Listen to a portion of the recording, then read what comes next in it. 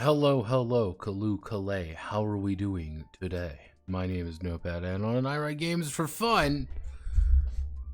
So what are we doing today? Well, today we're going to be working more on Broken Crucible, as you can clearly see. Well, I'm gonna start off this with a little. A little bit blunt. There have been some changes. There have been a few changes. Kind of got the idea of I've been working on the lore today. This isn't even quite done yet, to be perfectly honest. It's just one of those things I just need to sit down and do, and doing that is difficult. Let's see, if we scroll down here a little bit, did some things down here. So basic idea is all the races are done now. Also, you may notice that the font is different. The font is now Railway. I like Railway more than I like Lexant. Hello, how is it? It's doing all right. We're doing okay. A little bit later than usual today. I think Railway kind of looks a little bit easier. Lexant just wasn't doing it for me. Something about it was funky. But as you can kind of see, each of the races now have a little write-up here. As you can kind of see, they've got their cores. Easy enough. This is always going. The top one's going to be their mechanical one, and the bottom one is going to be their narrative one. Beastmen can pretty much add, can add a bunch of things whenever they're making a journey. Easy enough to understand. That's nice and easy. If we look over here, dwarves can pretty much recover health a lot easier. They also get their narrative one. Beastmen, as you can kind of see, can talk to animals. Dwarves, however, can see in almost complete darkness. Basic description, some typical names, and then their life points and their mana. We'll get to that in a minute. All of the races do have these. I did add a new race for each of them. So the race that was added is the Cena. The Cena are effectively the humans who invented necromancy in setting, and they're also a bunch of Gaelic psychopaths. Thought that was cool. So that's their gimmick. Their gimmick is that they can survive really well, and they can sense magic. Generally speaking, they're kind of more basic. Kind of talk about the idea of half-breeds a little bit. It's kind of you just take after whatever the mother is. That's kind of the basic explanation there. Hey, my mama was an elf, my daddy was a human, you're gonna be an elf. My mama was a dwarf, my daddy was a beastman, you're gonna be a dwarf. My mama was a human, daddy was a fucking Cena, you're gonna be human, because they're both human. This leads to the Federation. You got the Yoshima, obviously, kind of the weird looking ones. They've got their basic ones here. Their main gimmick, if I scroll into here, is right here. Anytime they enter a social exchange, they immediately gain a hook on a person. Hooks can do some special things. On the other hand, you've got the Siddiq. The Siddiq are effectively Ultraman. I couldn't think of anything better, so I just made them Ultraman. Oop. I didn't write the lore correct there. Kind of the idea is like, they can't heal themselves normally. They have to use mechanics, and they have natural armor. That was pretty much the only thing I could think about for them. However, they also know all technology perfectly. That's it. Nothing too exciting there. Atlians, of course. Atlians are really good when it comes to being a warrior. Mal are very well educated. Martial brilliance. Bright Star of Eris. Kind of basic stuff there. Humans and Skeksis. Skeksis were the new race being added. You may be thinking, Skeksis, isn't that from the Dark Crystal? And the answer is yes. Hooks? Do you mean strings? Nope, hooks. Hey, Notepad. Okay, cool. Run an ad. Yeah, we're using hooks. Hooks are actually from City of God. I'm going to be using a little bit there. We'll be talking about those later. Kind of the idea here is humans are very diverse. They can get a little bit of everything. They always get to distribute their health points and mana however they see fit. And then you have Skeksis. Skeksis are a bunch of fucking assholes. They are an entire race of goddamn psychopaths. They are evil. They are objectively bad people. And objectively bad people do... Well, sometimes you need a bad person to do things. And being a bad person sometimes means getting the job done. So that's what they get. They can get more retainers, and they can automatically detect who's lying. That's just what they know. They know when someone is lying. They don't know why you're lying, though. That's one thing. Just know that you are, in fact, lying. And you're also comically evil. So no one's probably going to believe you if you say someone is lying. They get a lot of mana. Then we got our callings, our 6 callings. Academics, counselors, and duelists all remain the same. They get their basic kind of set of skills, which they just get a kind of a bonus one right off the bat. They choose how many arts they get. Arts have got a little bit of a change. You get some bonus life points and mana. Basic description, of course. Did I make? Yep, and each of them I chose to do like you do this, you are this, you are this. Thought that was a little bit, I don't know, I thought that sounded a little bit neater. You kind of look over here. You have Guardians are very big and they're very scary. Then we have the Wayfarer. Wayfarers are the new ones. They get a little bit of everything. They get a little bit of everything, and they have to choose between life points or mana. Wayfarers are kind of like, I want to be an adventurer TM. If you want to play the most well-rounded person available, you play a human Wayfarer. You are literally a person who does things. Explain what the cores do. I rewrote large chunks of these just to make sure that they read a little bit easier. Same with skills and things like that. Technically, we added a new skill, which was Guts. Guts is effectively just kind of like your instinct. That's, you know, going off your gut a little bit. Again, I'm not too happy with it. It works. Talked a little bit about the idea of fields. Effectively, what I wanted to do with fields is I want you to invest in field skills. This is fine. I like this. This is easy. However, I understand and you understand that not every skill is going to be useful in field skills. So, hey, you want to be a cook. You want to be a cook. That is a pretty universal skill. Crafting, it costs 1 skill point for 1 action die in it. You want to be a master of elven soups.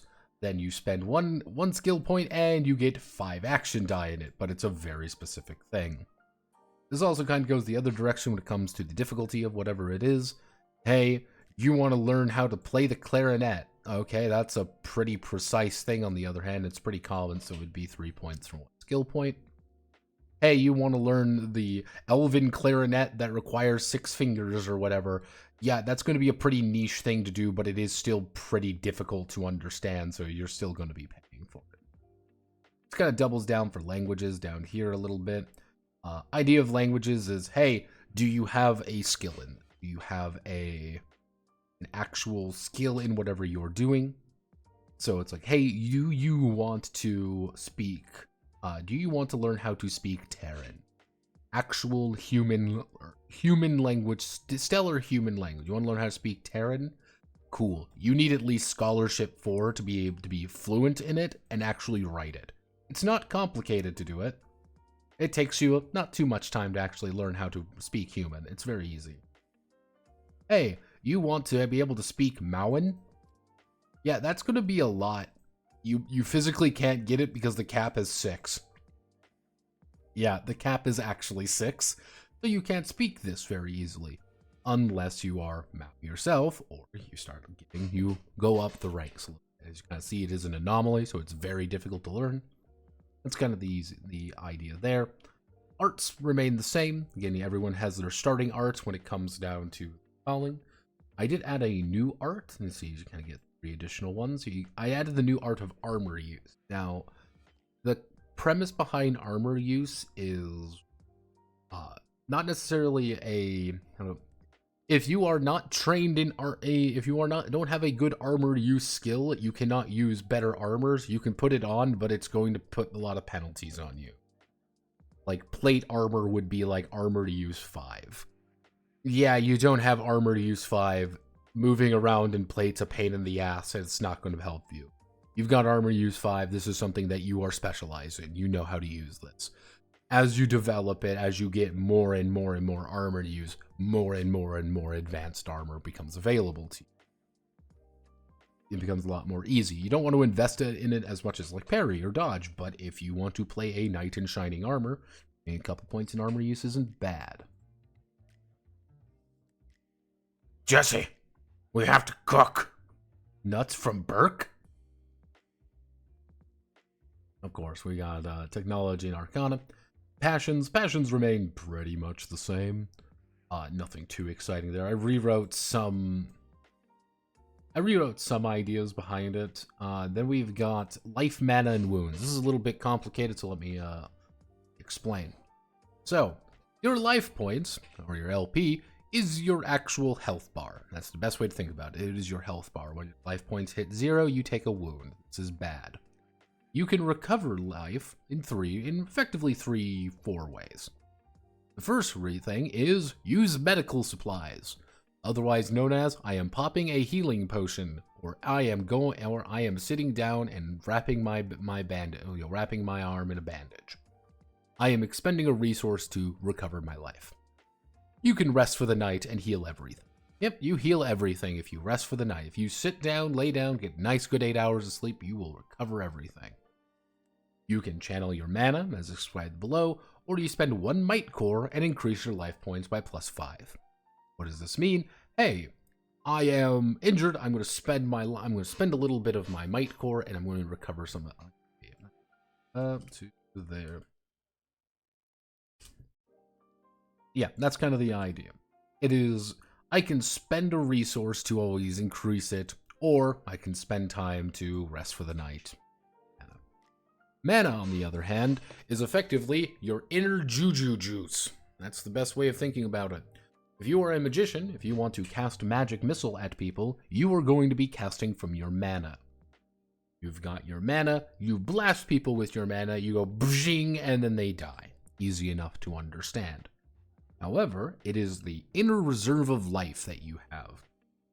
Anytime you cast magic, you're going to be drawing from that a little bit, including drawing from your own health, technically. You are being assaulted mentally, you're reducing your mana. Hey, you are interacting with mystical forces, something might be attacking your mana instead of your health. This is bad.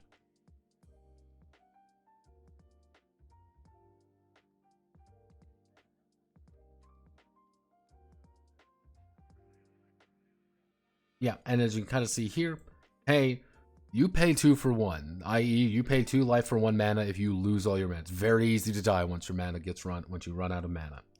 However, the thing is, you can choose to channel your mana. If you channel your mana, you increase your life points by 1 for each mana spent.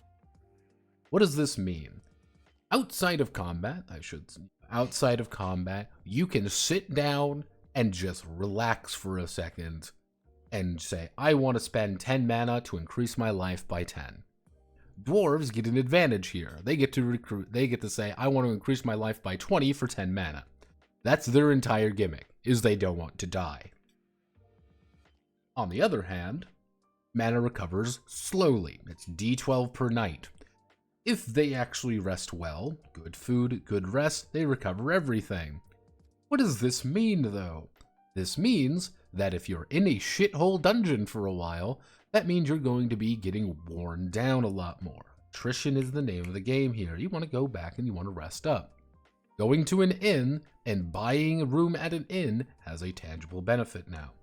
You recover your mana, which means recovering your health easier, which means lasting longer in a fight.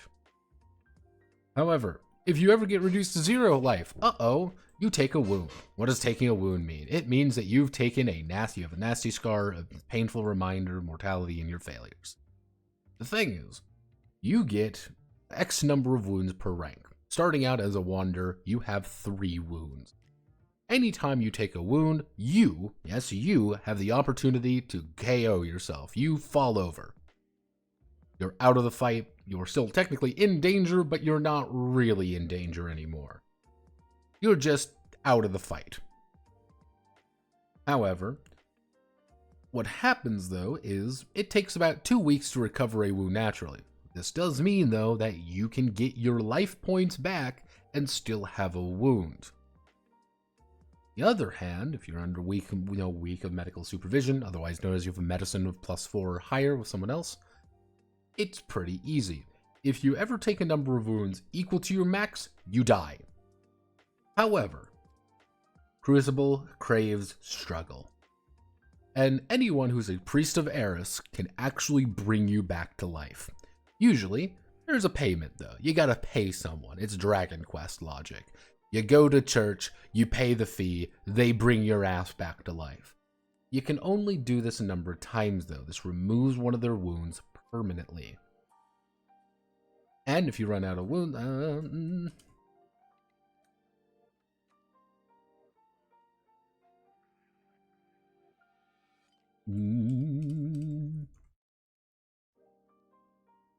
there we go.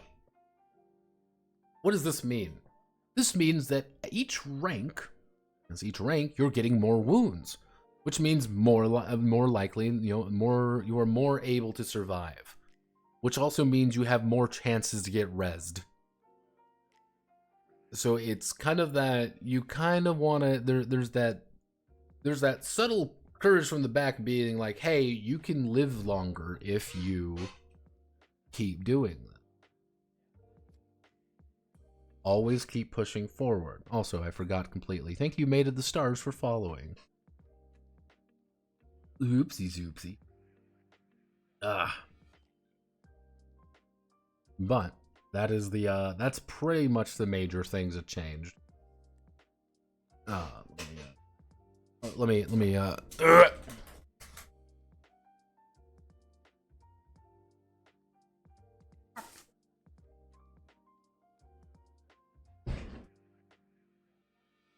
gotta get myself some inspiration juice, of course. Ooh.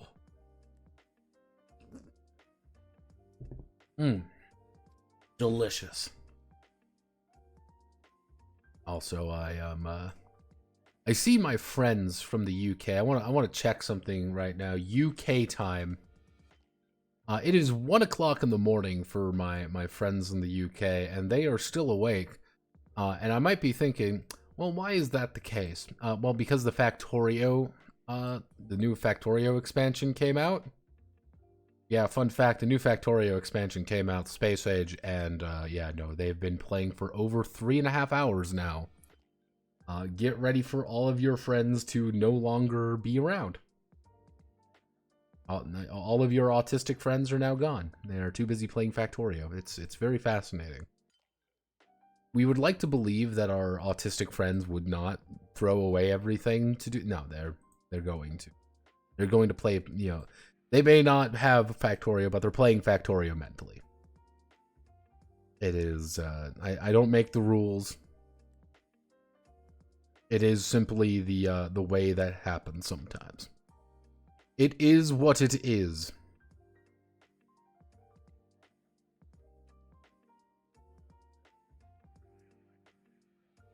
And I keep getting...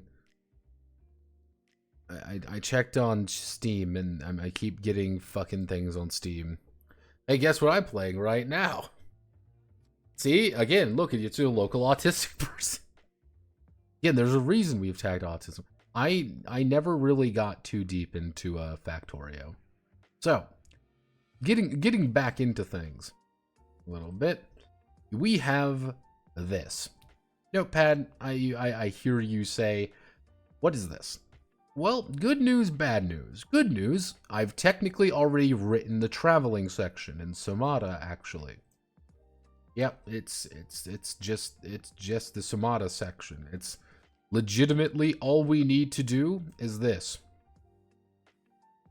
Technically, if I want to be really specific, what I should do is put here.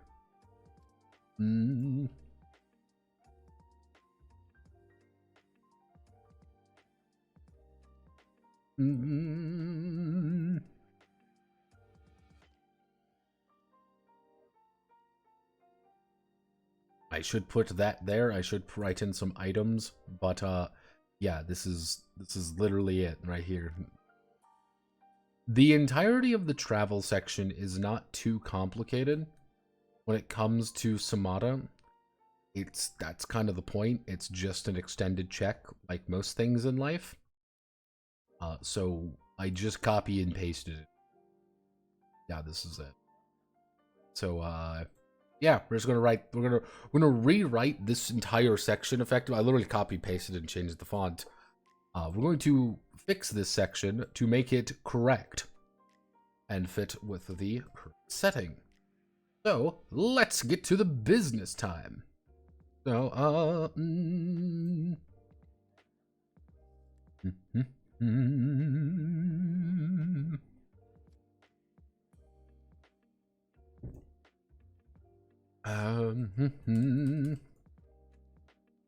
Eris itself.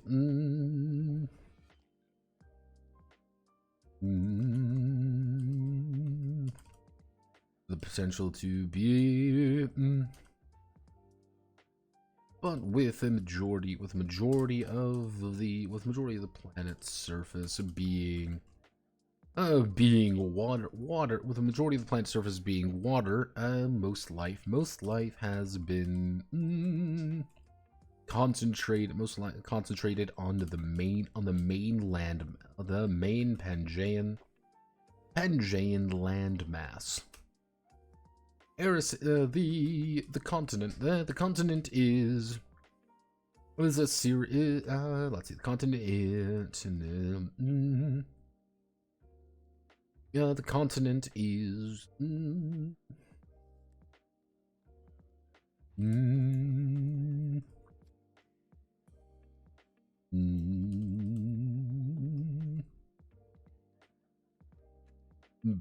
in by vast.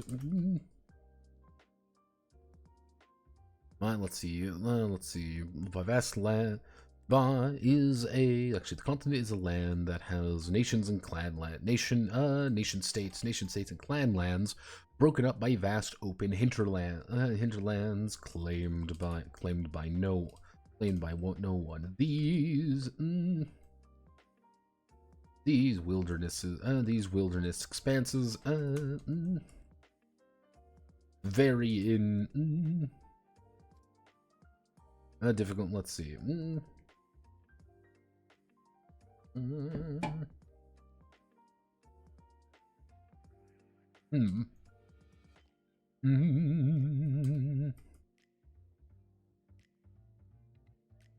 Let's see, the heart of the continent, and the Crucible, But as one progresses toward the heart of the continent, the Crucible does the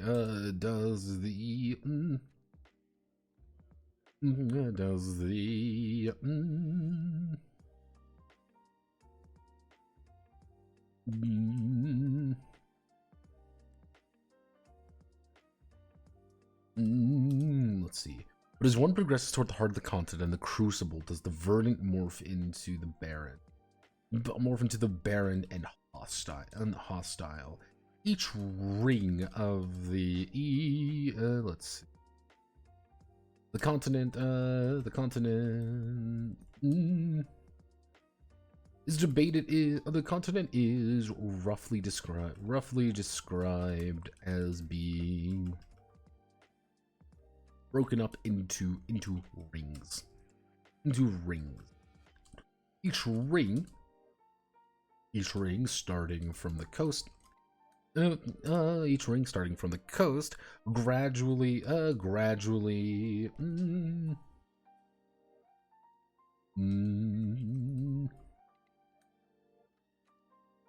Gradually becomes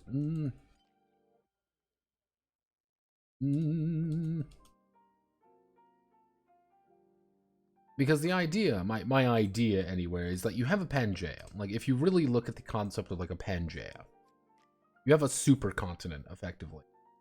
Now, the thing is with the supercontinent, that is a unique situation. A supercontinent has pretty much like the deeper inward you go, the more complicated the scenario would become.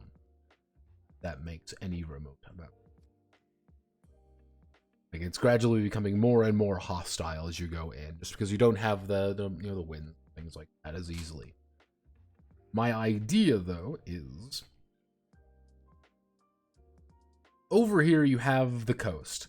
This is where a vast majority of people live, and this is also the largest. It takes you're kind of traveling around the coastlands, and the coastlands are friendly, nice. Everything is good in the coastlands. Then you hit the woodlands. Very good circle. You hit the come on. You hit the woodlands. God damn it! I cannot draw a circle to save my life. Where you hit the woodlands. Woodlands are things that get a little bit more hectic here. If you ever hear about the German dark forest, or to give you an idea, this is where you start getting things like this. You get the dark woods. You get things that are very dense in foliage. In certain places, if you want to go to, if you're like, hey, we want a jungle adventure, this is where the jungle adventure, this is where the Black Forest is, this is where very dense, very verdant land is. The coast would be something like, I want to visit the Mediterranean, like, it is a coastal land, it is fun, everything is nice, you see the sea and everything is verdant and good. Then you hit the Badlands. The Badlands suck. That's where you get your mountains and your deserts and other horrible, unhospitable places that people can still live, but you really shouldn't be wanting to live there. Why does the forest break into that? It's a little bit more gradual. It becomes craggier, and you're like, oh, this is an awful place now. We don't want to be here. Then you have the Inner Ring, which is hell, effectively. Welcome to Mordor. Things have clearly become supernatural. There are very supernatural things going on in the deep section of the woodland of the continent. Things are getting clearly more and more hostile to you, which leads to the central area, which is effectively the Crucible, which is doesn't make fucking sense anymore. Effectively, you are in a place of unreality. To give you an idea, you are in the Chaos Wastes. You are in places that should not exist. You are in places that are deliberately extremely fantasy.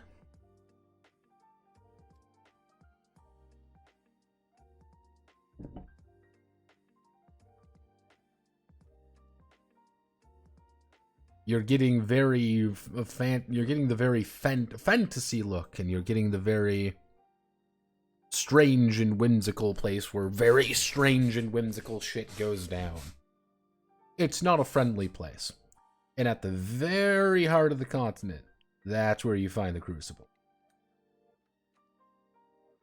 That's where the final endgame is going to be. Effectively, what this is supposed to be is, as you get stronger, as you rank up, you are moving inward. We're moving closer and closer to the Crucible. You are fighting more and more strange enemies. You are moving gradually inward. And for travel's sake, effectively, the areas get gradually smaller. Things start getting a little bit more compact, but full of more dangers. Hey, here's a country kind of thing. Here's an entire country along here. Oh no, here's the frontier kind of thing. They start getting a little bit more inky. Ugh, I don't like it out here. Let's see. Becomes more hostile to life and harder to live in.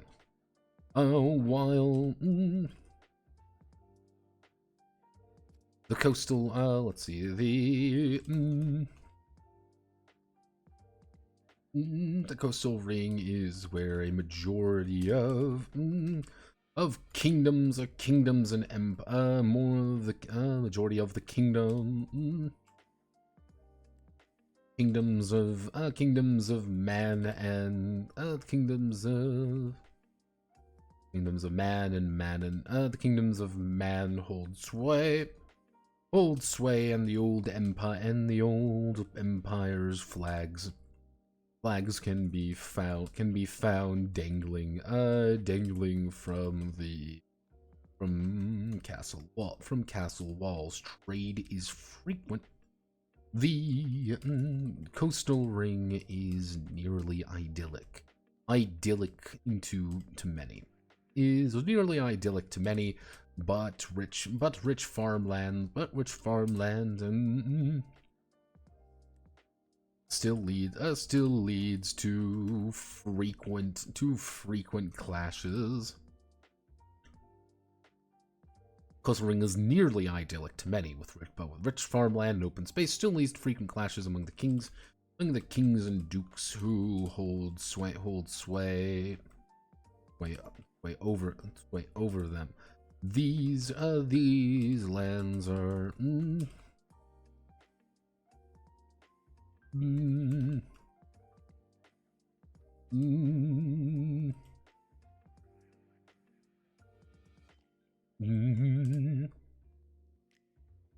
let's see. These lands are truly extensive, and chartering a boat to ride the ring will take you 2 years. Will take you over 2 years, as you take 2 stellar years. 2 stellar years to hopscotch between the hundreds of ports necessary to make the trip around the continent.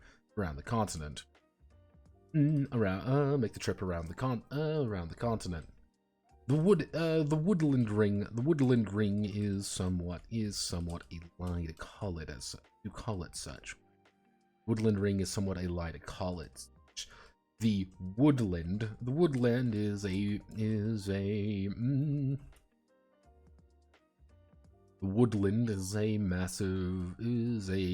large stretch of natural land that is relatively untamed by many. Elves and dwarves frequently. Elves and dwarves mingle among beastmen and smaller petty kings make war on one another. The woodland may be savage taiga to sweltering jungle to mixed with further across to pitch black woods that devour on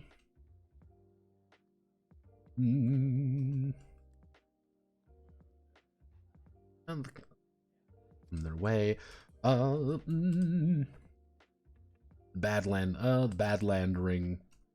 Badlands ring is the threshold of unreality to many mountains and deserts. And vast stretches of hostile land make the few nomadic tribes who live here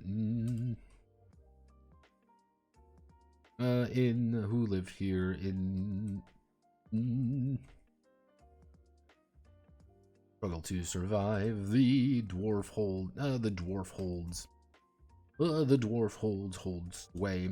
sway over these areas, but how do I savage? It would be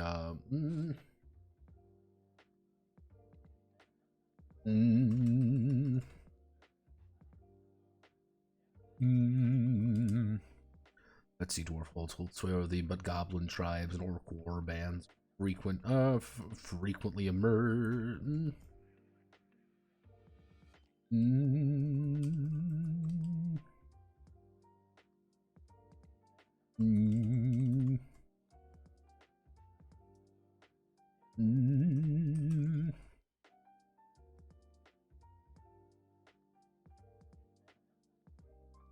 Fourth mine instead.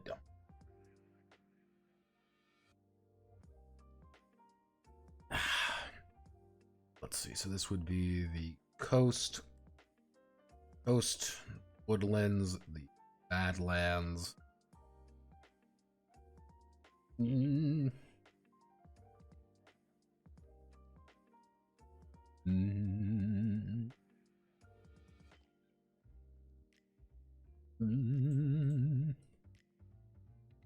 Yeah, so this would lead to the coastal, the wastelands, the badlands, the woodlands, the badlands, the wasteland.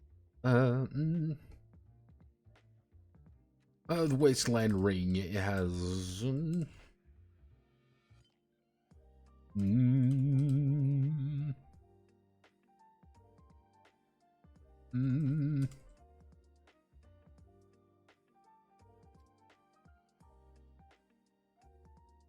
mm.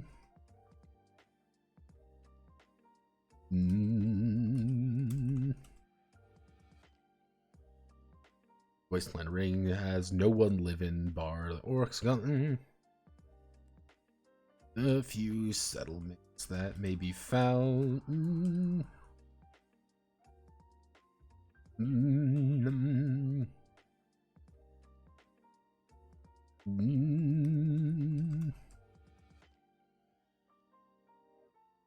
And are mostly dwarven. Let's see, mostly dwarven holds. Mostly dwarven. Cairn forts. Or Stellark advanced bases. Advanced bases with a number of let's see, our Stellark advanced bases with a number of defensive features. With a number of defensive features on it. This is also the place with the most amount of forgotten technology by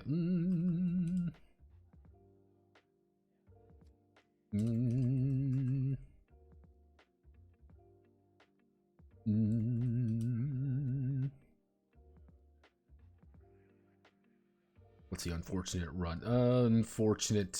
time with Chiron during the Eris crisis. During the Eris crisis. Occasionally,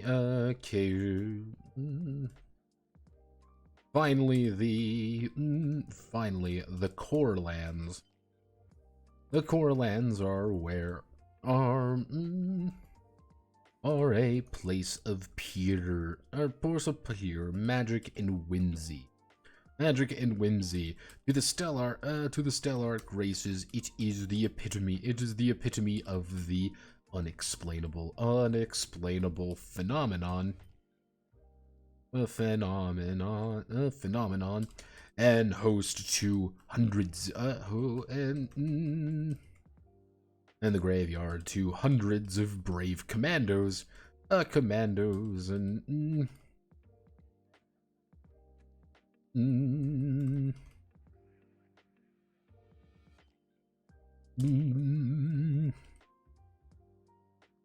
it was of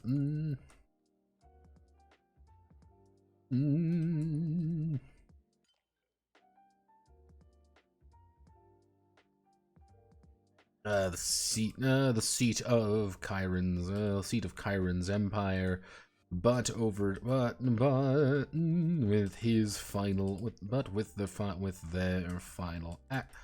their final act, it has been turned to ruin. At the heart of the continent lies the Crucible. There are no reliable images or depictions of what the crew actually is. Most equipment breaks or is rendered useless.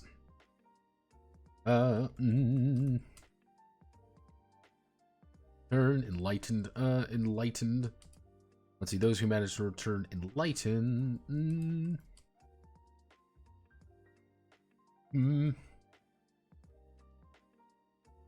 Let's see. Those who manage to return enlightened describe it differently for each of them. For each of them. Whatever is there, whatever is there, whatever is there.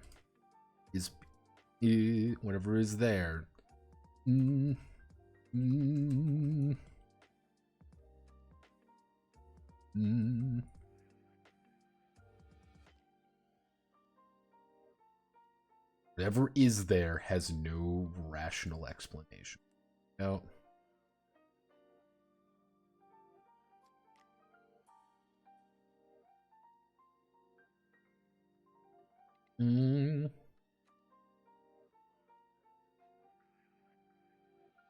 Yo.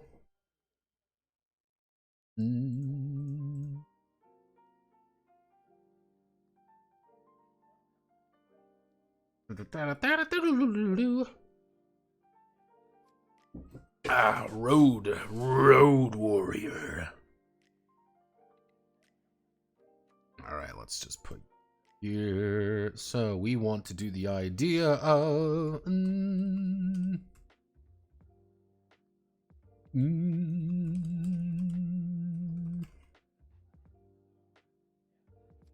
those who know where to look. Let's see, know where to look and how to find them.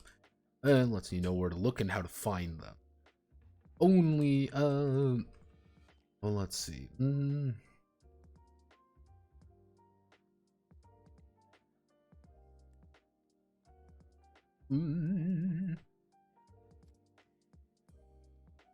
The coastland. The coastland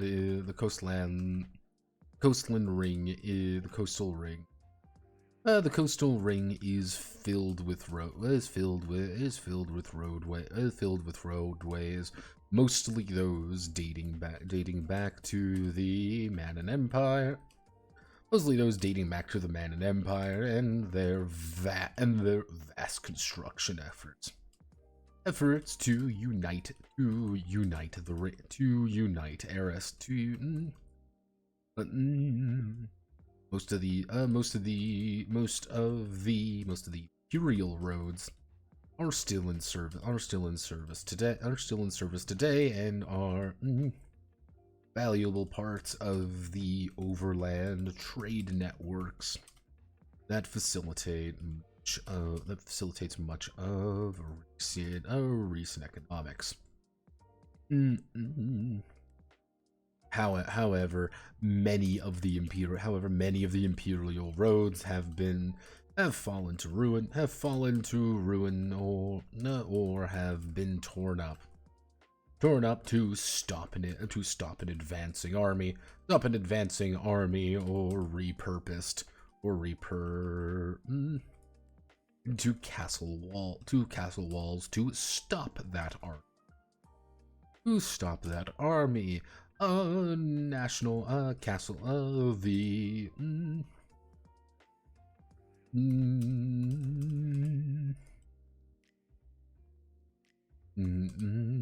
let's see. The national roads of today tend to be not as well maintained, with many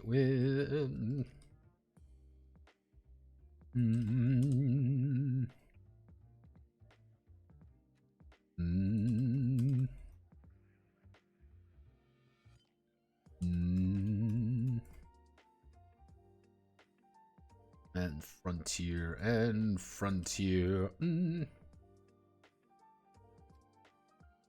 frontier tax offices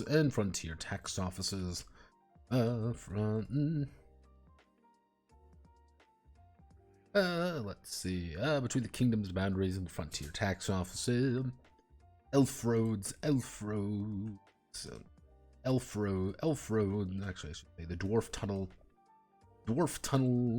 roads, or the black roads. Black roads are a vast interconnected network of roads that connect, interconnected network of Mm. Mm. Mm. Mm. Certain black roadways, and the first two, and collapse, and collapsing on enemies, real or imagined,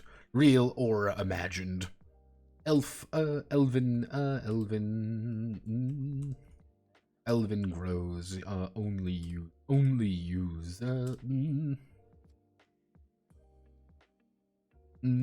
star paths of the ran, mm,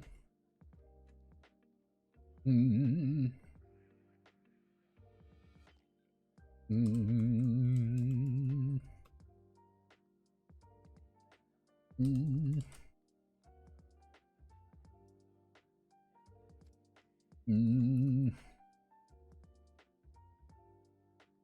mm, no, they don't complain when,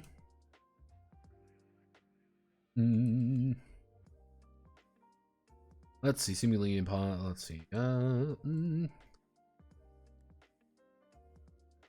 mm, mm, mm. Let's see, it would be, mm, mm,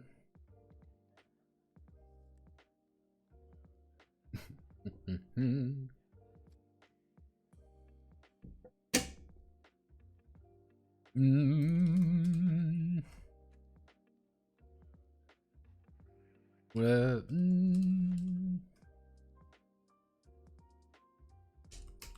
Well, let's see. Whenever the striders are on a road, they do not need to make a travel, not need to make a travel check. The mm,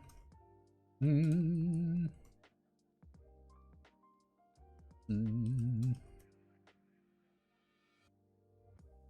mm, along the road. Mm,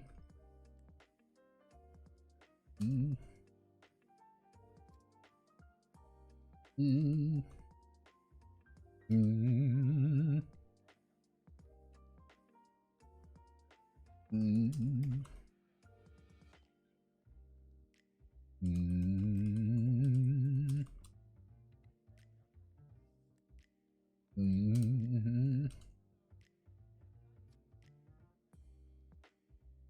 mm, mm,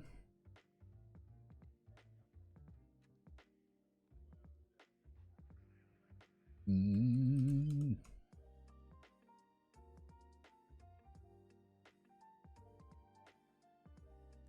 Let's see. As the striders move deeper into the continent, the roads become more treacherous by their nature.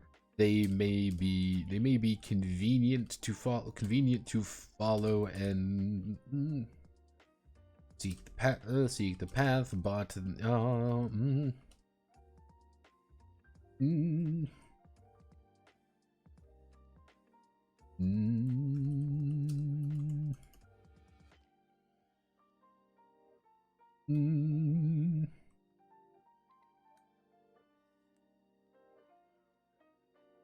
mm. There we go. That's kind of the premise behind it. Again, roadways are nice and simple. You'll always be able to find your way on a road. You don't need to make a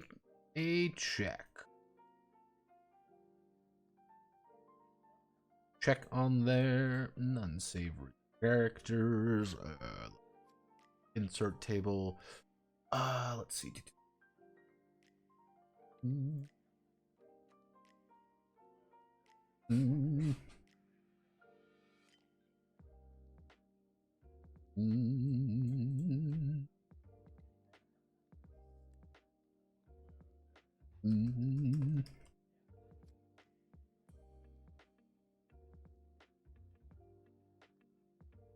this. I usually make these kind of charts here because I feel do. Mm-hmm.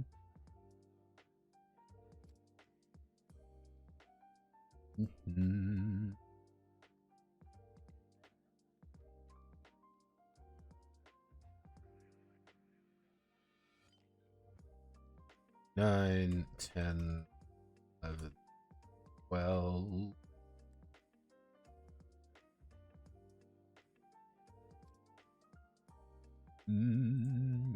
Oh.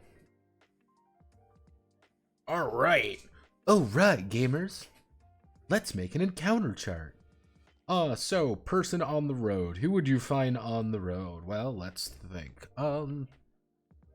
Random encounters on the road. Tell me more about random encounters on the road.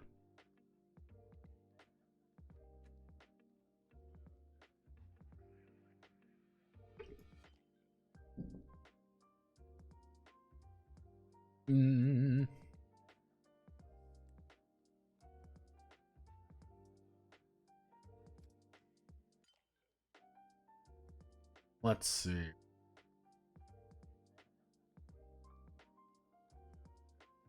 Tell me more, I just wanna know. Okay, let's see. Who would you find on a road? Ah, okay, you know what, let's do a,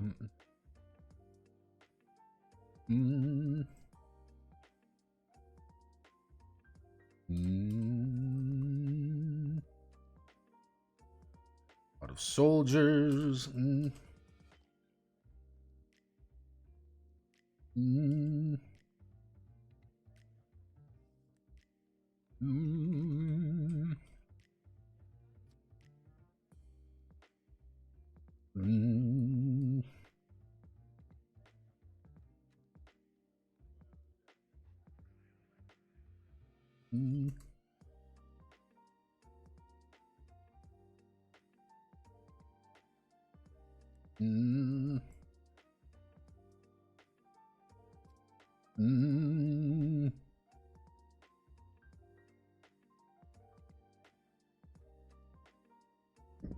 Who would you find on a road? Let's see. Merchants, brigands, that's a good one.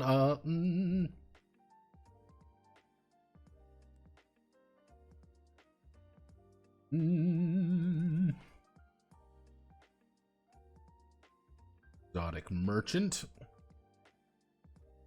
Do you have anyone else? Let's see.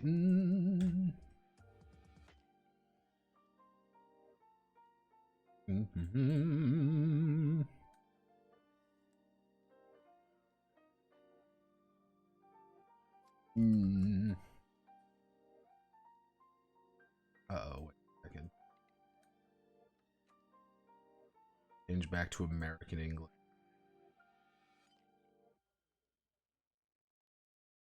Let's. Who else would be totally not Fae? Let's see. We want to do.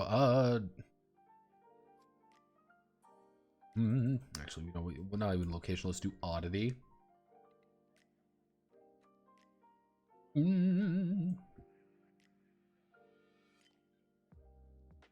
Mysterious stranger. Hunters. Actually, hunting party. We're making some encounter tables because I usually make very simple encounter tables because fishermen. Actually, we could do there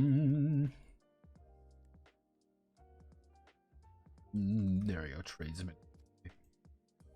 So, what would there be situation under attack?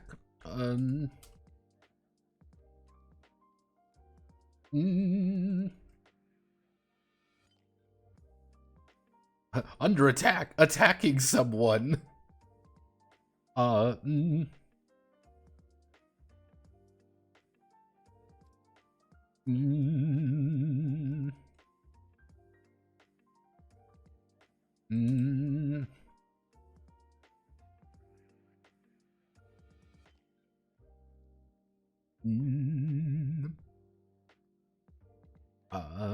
Let's see.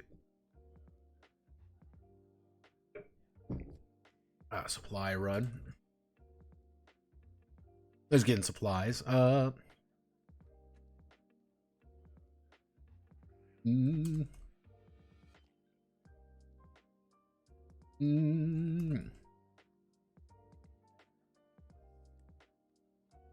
Recruiting. Let's think. What are some other things that people would be doing on the road? Hey, we're recruiting, we're under attack, we're doing a supply run, we're searching for others. Let's think. We would be yeah, it's kind of like the idea, what I like doing in this situation. So, for example, what the idea would be is like we roll, oh, a tradesman company is attacking someone. What's going on, actually? Why is the tradesman company attacking someone? What's going on? Like, what outfit is this? Notepad, Desert Prince vibes. This is Ascendant Notepad, because you have to come a god. See, the thing is, I actually debated on calling this Khaldun Notepad, but that would be a little bit too much of a deep cut.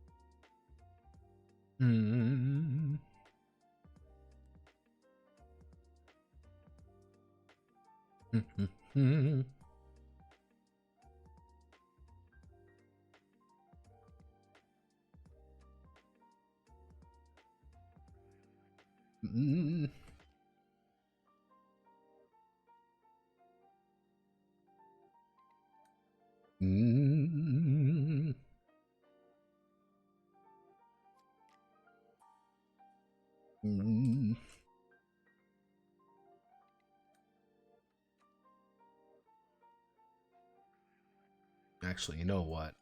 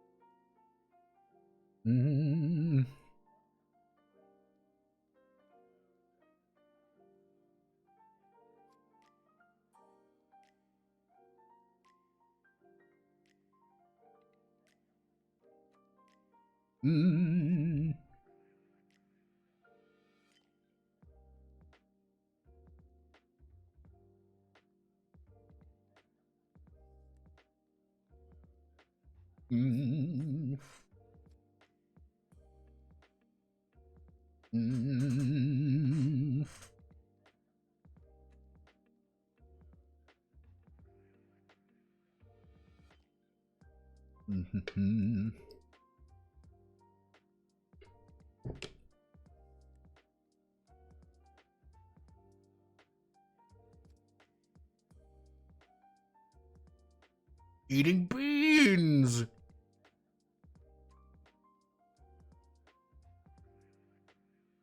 Actually,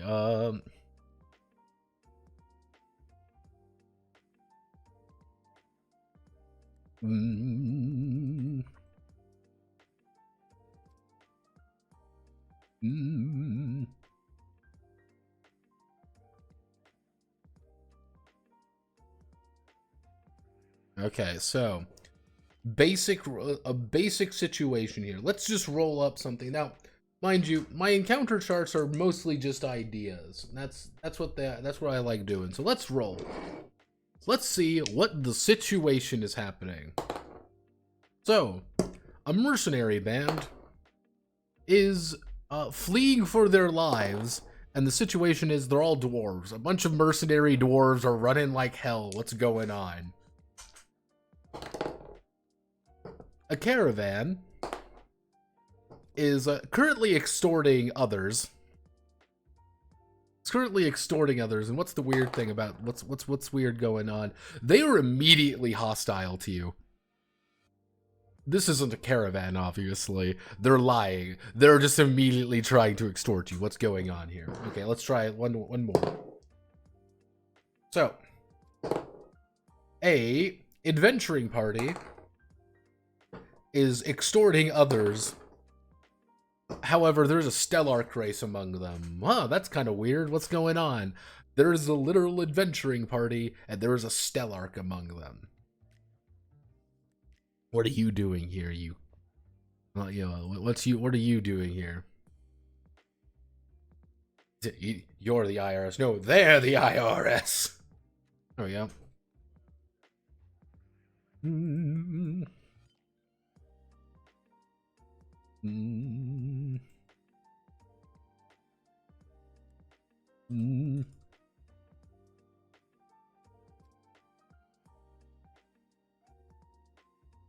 What a need of an idea roll on this encounter table. Yep. Mm. Mm. Easy enough to understand.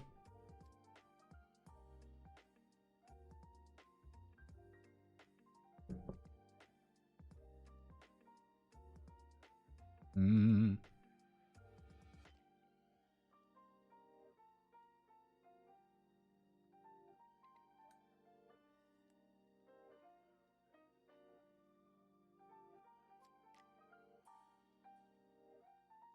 Mm.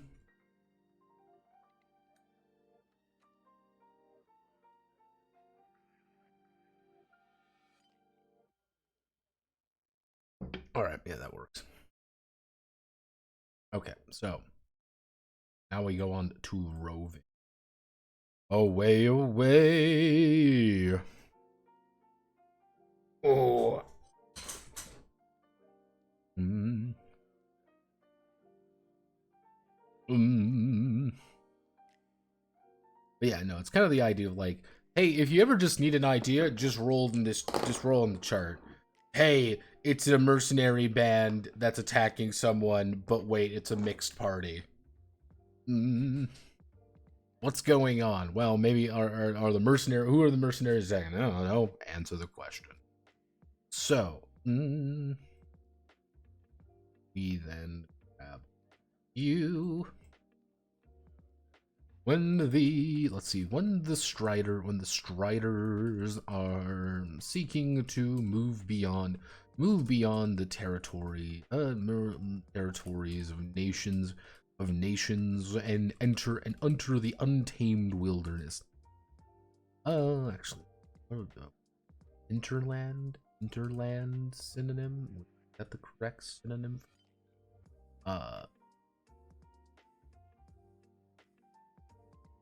Would be a good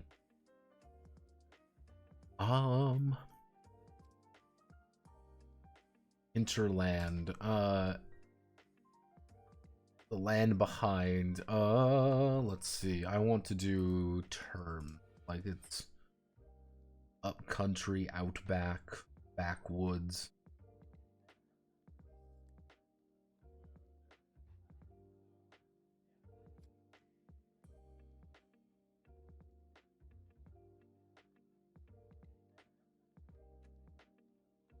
Mm.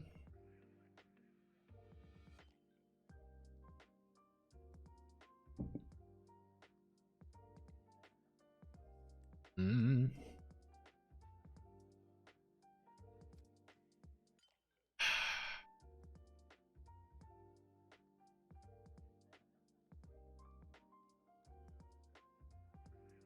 Hmm.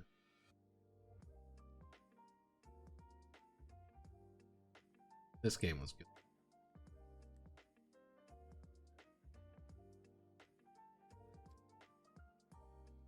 Wait, they in Hinterland's on Steam? What? I didn't know Hinterland was on Steam.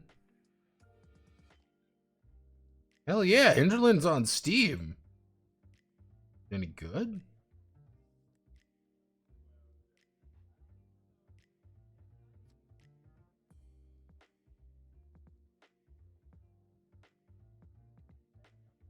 on GOG. I remember playing. I played a fucking pirated copy. Hell yeah! I didn't know that was on Steam. Well, hell yeah! Yeah, I did too. Played the shit out of Hinterland. Great game. Had a lot of fun with it back in the day. I didn't know it was on Steam. I wonder, is it on GOG? Oh man, I hope it's on GOG. I'm gonna buy fucking Hinterland if it's on Steam, man. Hinterland. No, it's only on Steam. Zam. I wonder if it works. I'll have to do some checking there. Usually GOG is better about that. Hell yeah. I did not know that. Learn more about things. So, let's see. Started seeking to move beyond territories and nations, enter the untamed wilderness.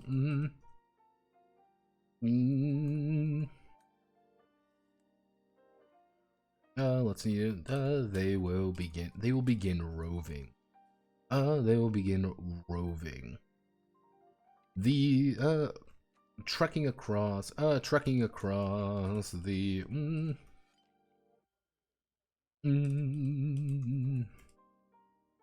daunting task for many. Where let's see. Trekking across the open territories can be a daunting task for many. Often filled with dangers and creatures. Not to mention the gnawing evil of attrition. Not to mention the gnawing evil of attrition, and not to mention the gnawing evil,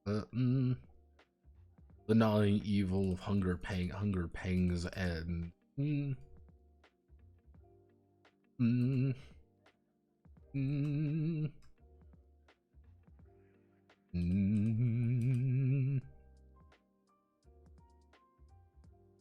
Sour one spirits. Sours one spirits. Roving takes time and is considered to be an extended check using the travel skill. The guide will determine the difficulty on 2 factors.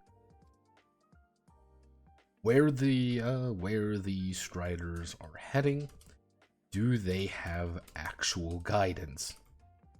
And do they have actual guidance? When roving, determining nation is built upon moving from landmark to landmark, or following star signs to get their bearing. In whatever location they may be. If the stellar are among them a nav buoy connected to the let's see. If the Stellark are among them, a nav buoy connected to the Hollow Bastion, let's see, connected to them, may be of assistance, or just lead to frustrating interference depending on the day. Attempting to find people who want to be found is a significantly easier task. Finding the road again, or managed civilization is far simpler than attempting to find a hidden elf grove.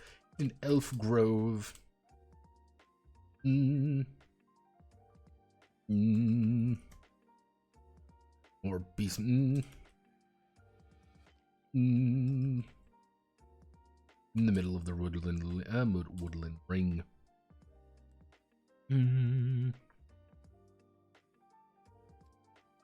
Let's see.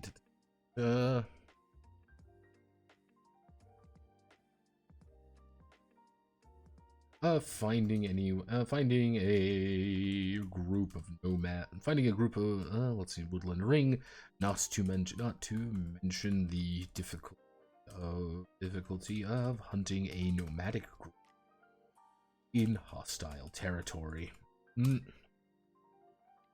Whoop. Shawhoop.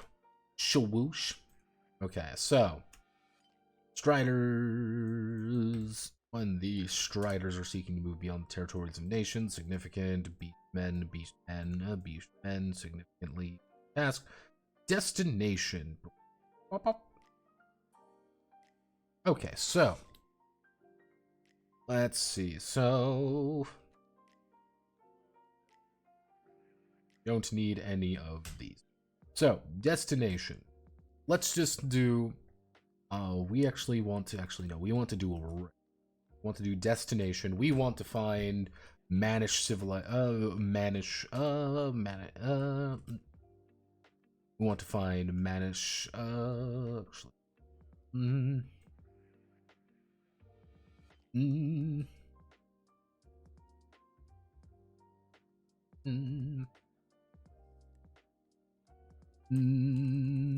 Elven Groves, Dwarven Holds. Let's see, Managed Domains, Elven Groves, Dwarven Holes, Nomadic Camps.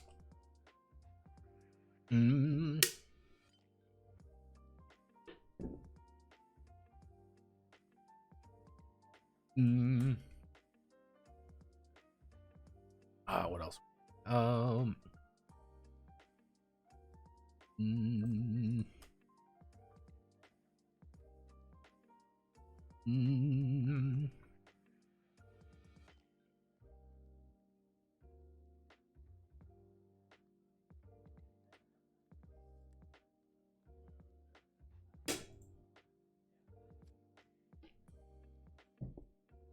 We're working on we're working on traveling. That's what we're working on. We rewrote like a third of Crucible. So let's see. Managed Domains, Elven Grove, Reclusive Town, Forgotten Place, Ancient Ruin. I want to go to a place. What other places would we want to go to? Let's think about it real fast. Where would we want to go to in a place? Do you know? Huh? Like...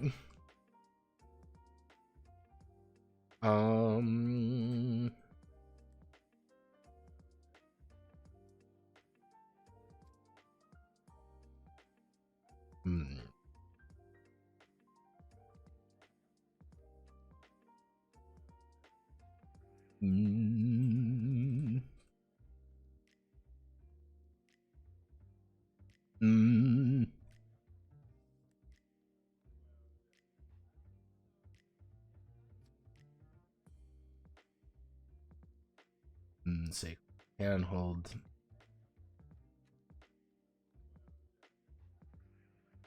If we are going adventuring, where would we want to go? Actually, no.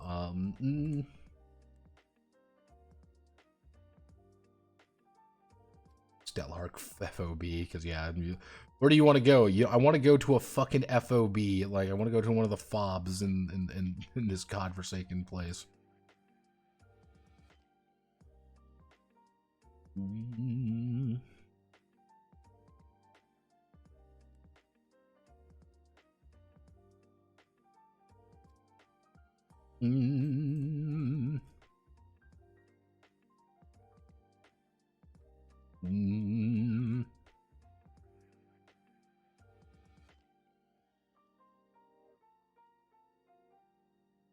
Towering Landmark is a good one.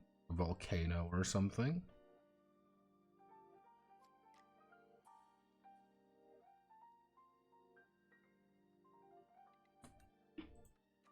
You wouldn't be producing illicit things now, would you, Spartan? We don't do drugs in Kenshi. That's bad.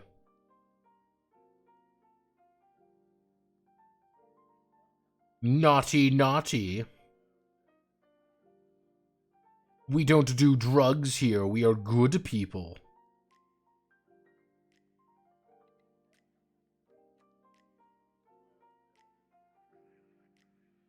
I am in fact growing hemp because cotton is ass. Naughty, naughty, sound like someone needs to say go to prayer day. Endless prayer day.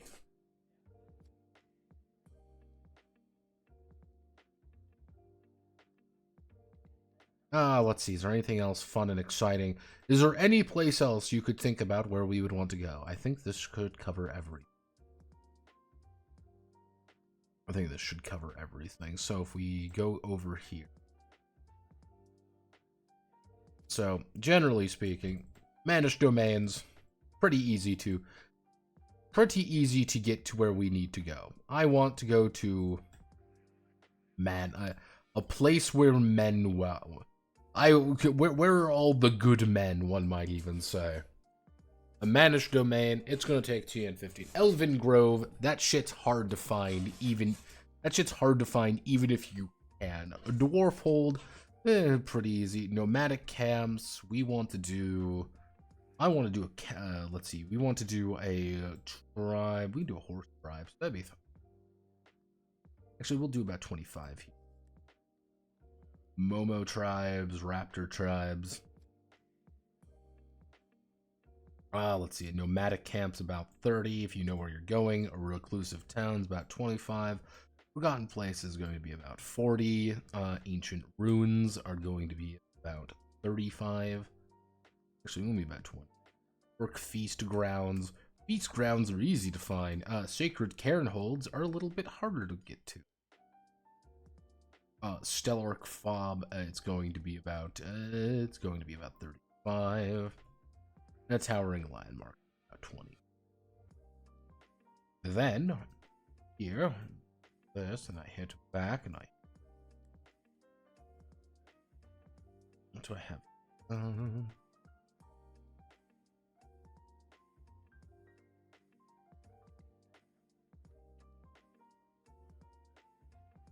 Mm. Mm.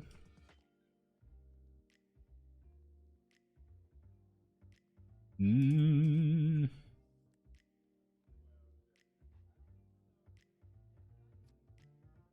Mm.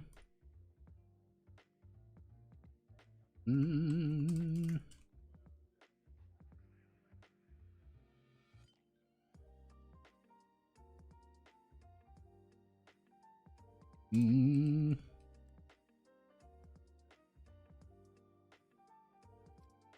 Mm.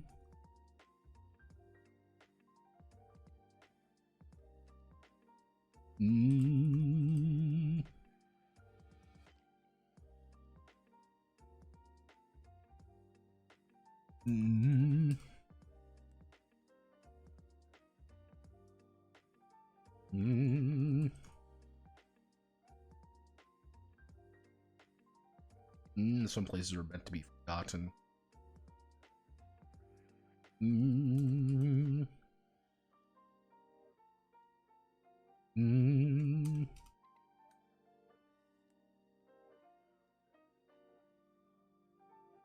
Mm.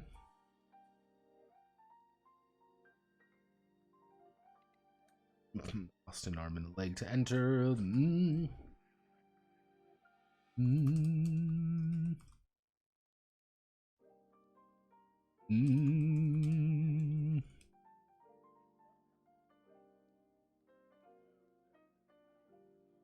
Let's see. Let's see, one of the...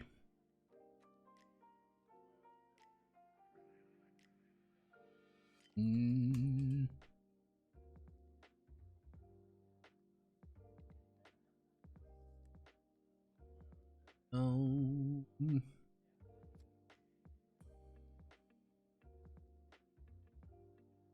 see, well...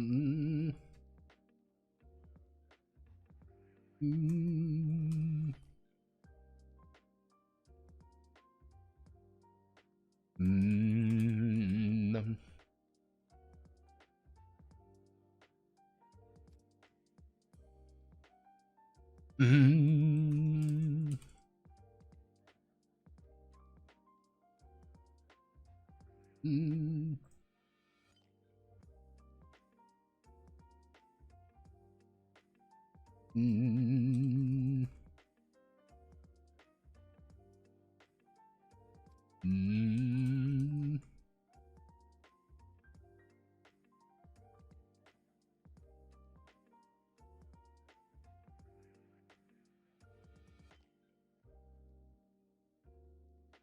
Okay, whatever they can find and shit out the rest. Reclusive town. Mm. Mm.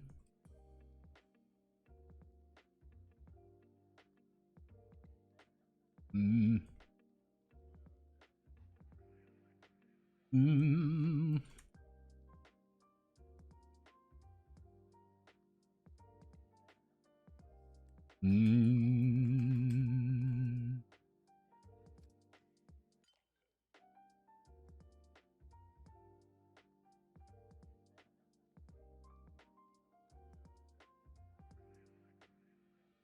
Mm. Let's see.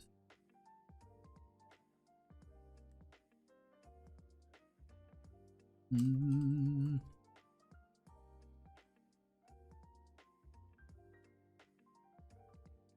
Mm. Mm.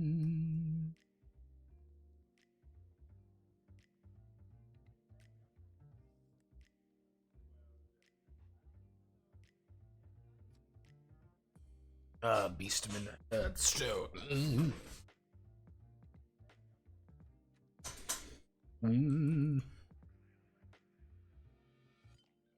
Mm. Mm.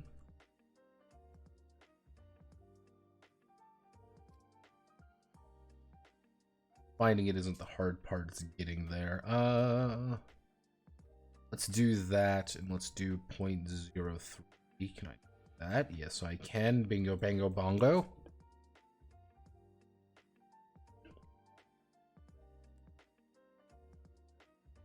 You don't understand, sir. I'm simply facilitating the holy nation's glorious reign.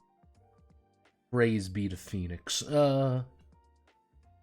Remember, everyone, the holy nation did nothing wrong. Let's see. So we want to do this would be the ring. Going to extend this. This is going to be the inside /2.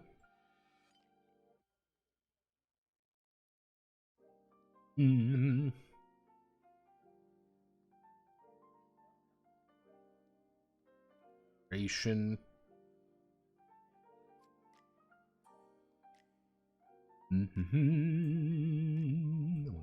Four.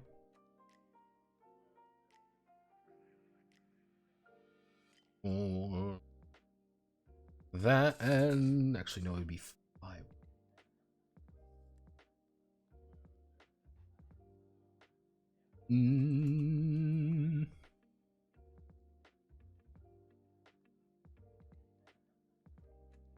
This duration 2 days. Let's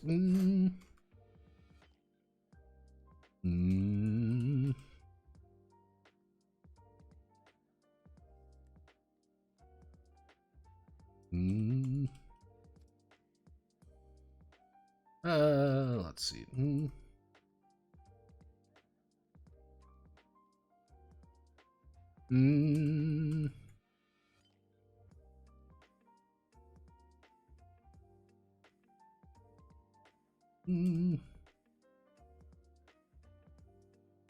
Then it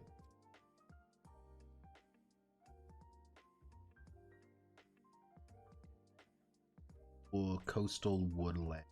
So the woodland ring. So the woodland ring. So it would be the woodland ring, which would say 4 days because it's a lot longer to move there. Actually, no. Let's do 1 day, 3 days. This would lead into the Badlands. Badlands take 4 days. It's not necessarily that it's more difficult, it is just that there's just a lot of badlands that suck, and then we go to the wasteland.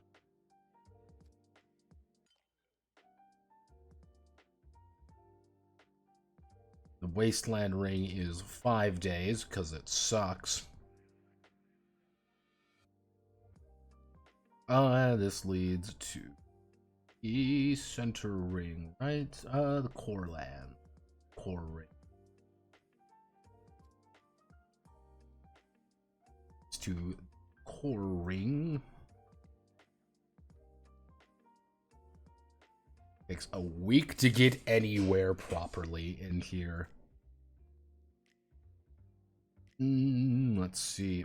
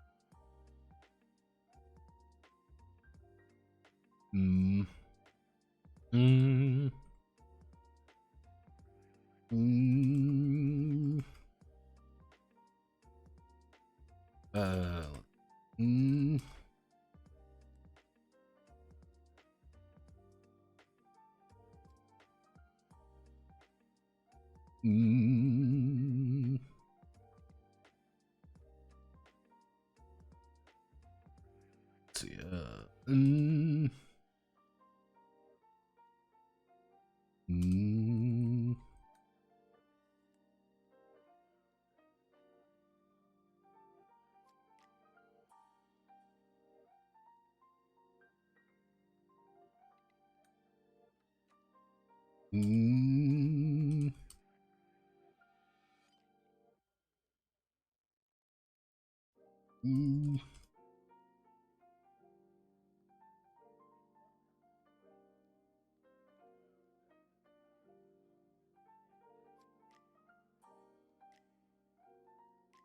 Go and actually we'll add a. We do this week. We then go up to the TN, the coastal. We do not add any there. We add a.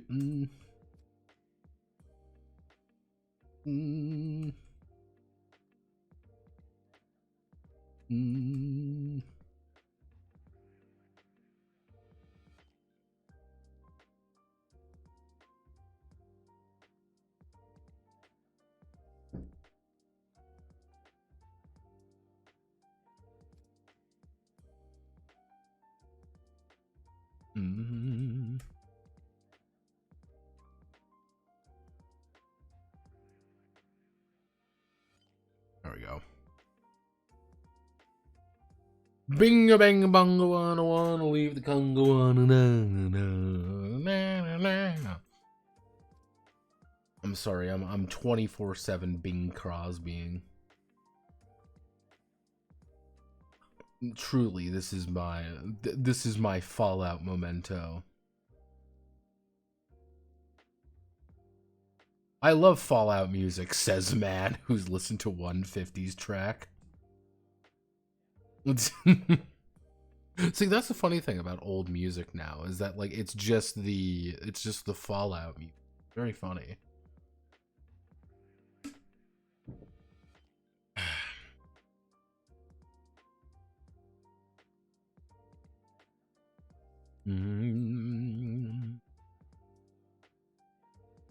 Let's see. So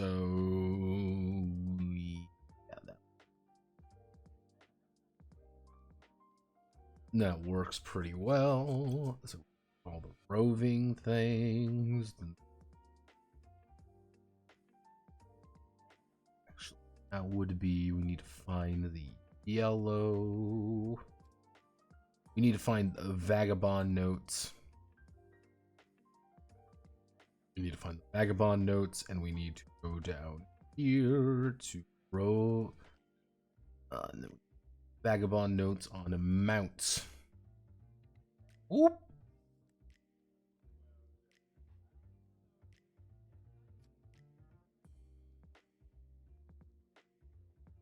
Let's see. Predators are mounted and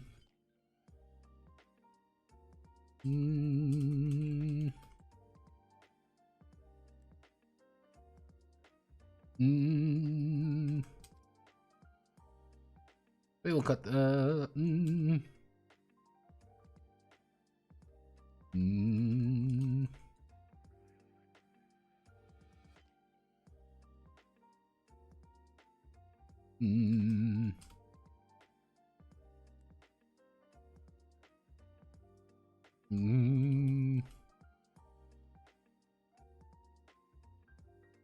Yep, don't forget, grab your mounts, because we need to be able to actually get to where we need to go.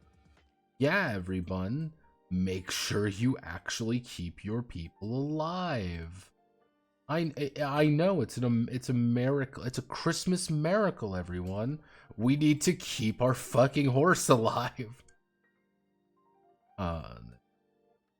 We do that. Let's see. The next important factor, information. The important factor is information, no matter how qualified the band. Let's that we want you. Let's see.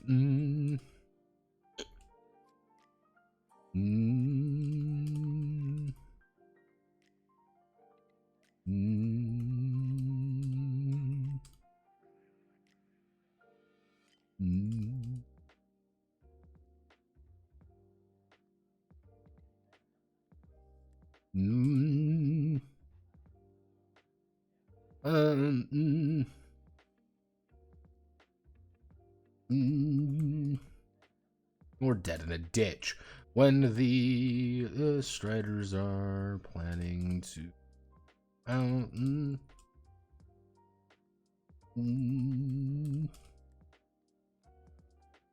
information to a system. There are two pieces. There are two. There are two important kinds of there are two. Actually, it would be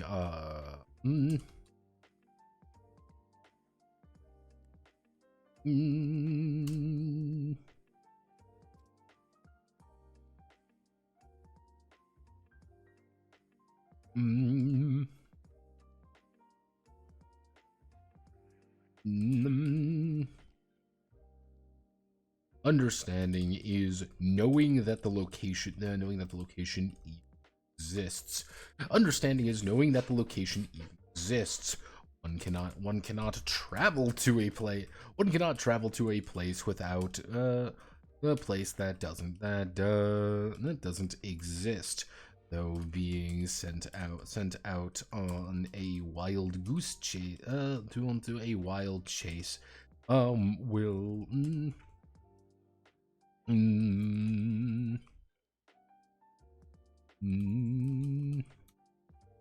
Let's see, though being sent out on a wild chase will happen more than once for innocent striders who take things at face value. Guidance comes from patrons, allies, contacts, or simply asking for directions.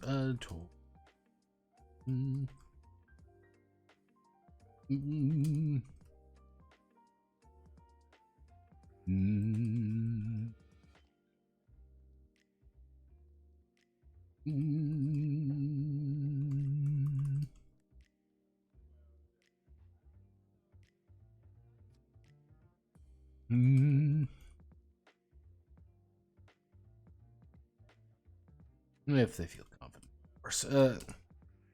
Yeah, you can always say, I don't, maybe like, I don't, I think I don't want to actually do this. This seems like a terrible idea. This sounds like I'm going to be dead. Actually, if we do that, we put an image right there, and then we do. Ooh.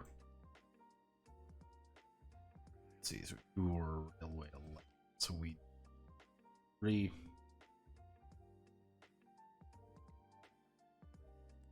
Let's see. Let's see. This would be.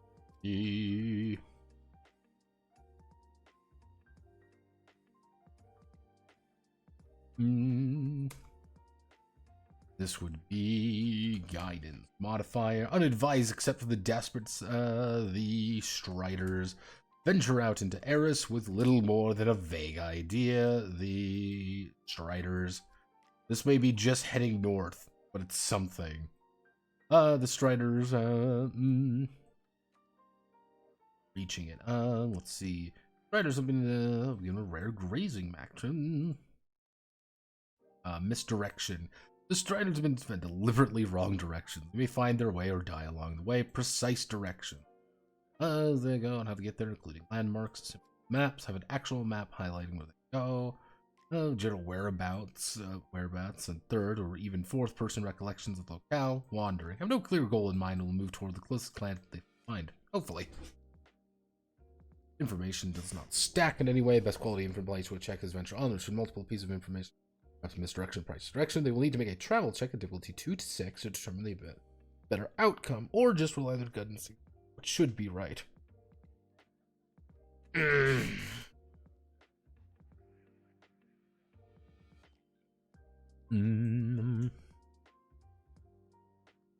Let's see.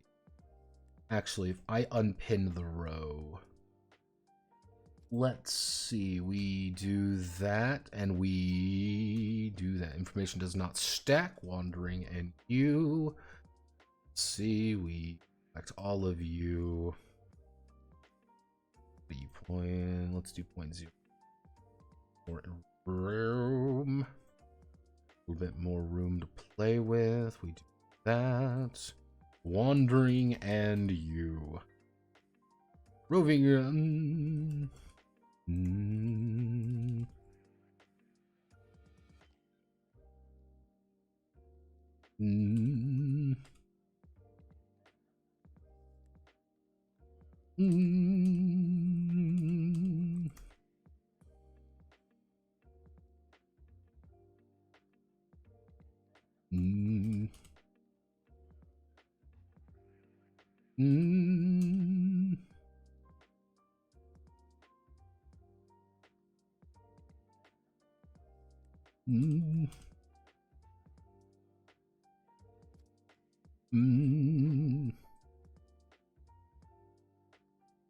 Well, let's see. They're leaving it up to fate where they land and how they reach it.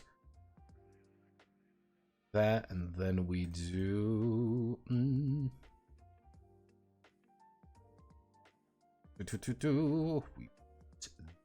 down here.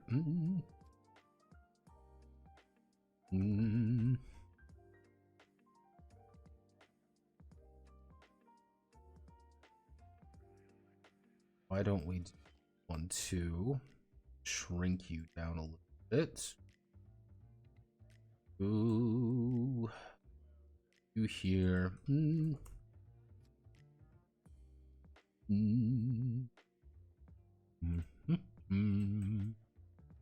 3.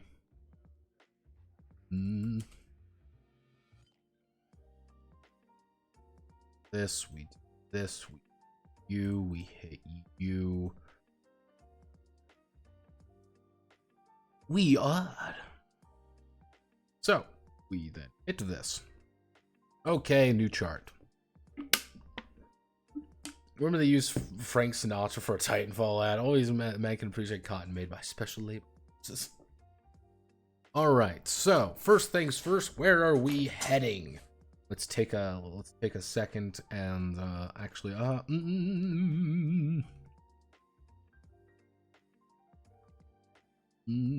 terrible scene.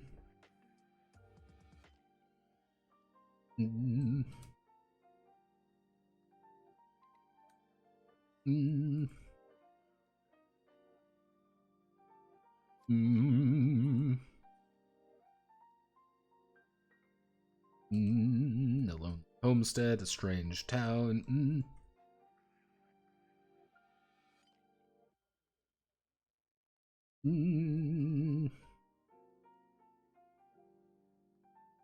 What would be Town synonym. Give me a good synonym. Mm. Mm. Mm. Mm. Mm.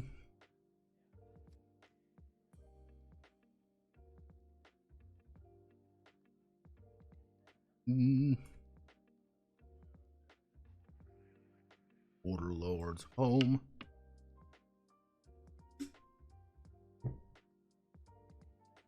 My special labor force is funny, but requires so much more material than hum that it isn't worth a space investment. Village. Let's see. Terrible place, a terrible scene, a hidden place, a lonely homestead, a strange town, a bustling settlement, impromptu fort, a border lord's home, a bandit camp. Actually, no. Mm,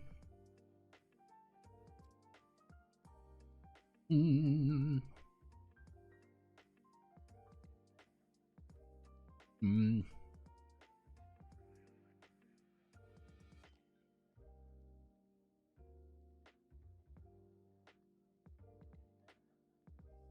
mm, mm. Massive caravan. Actually, no, armed caravan. Let's see. Elemental quarter. We cannot add quarter.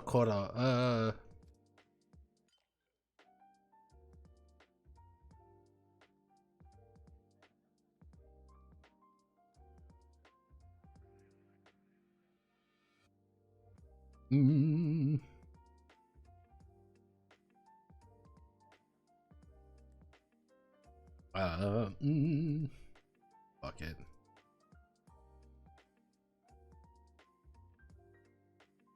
Actually, I know what we can do. Gnome home. Gnome hovels. It's gnomes! Don't you love gnomes? Let's see, a wandering locale, a person or a group.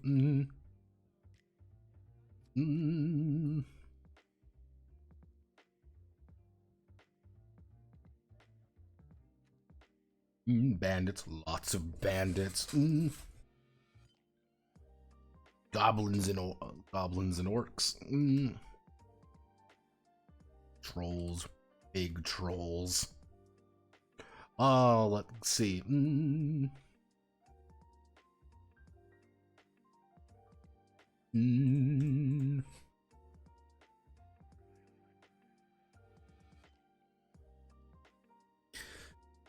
Mm.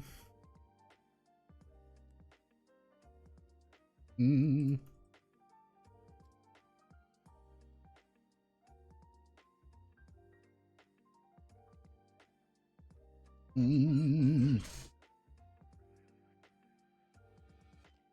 Mm. Let's see. Strider and retainer, Lord of the land. What else? Who else would we find out in the countryside? The deep countryside where nothing is there. Mm.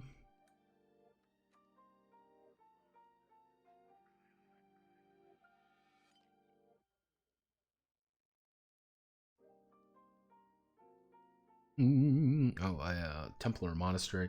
Let's see.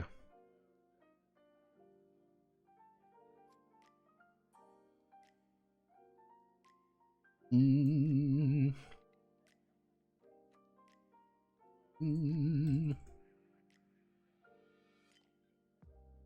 Mm. Old machines.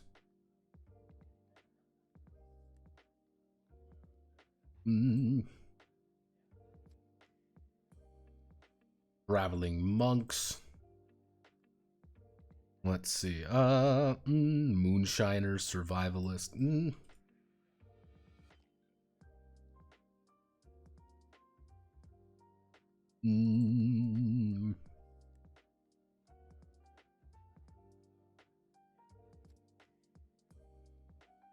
hippies. Situation. Having a party.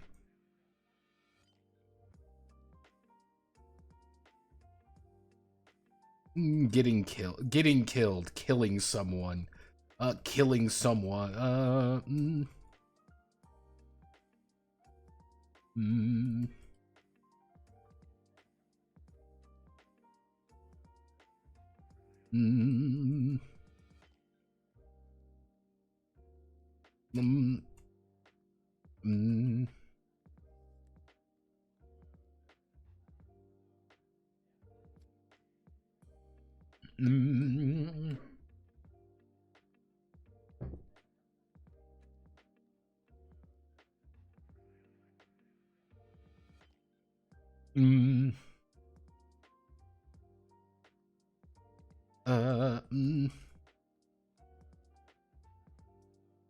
Yeah, this is one thing you got to remember about gnomes.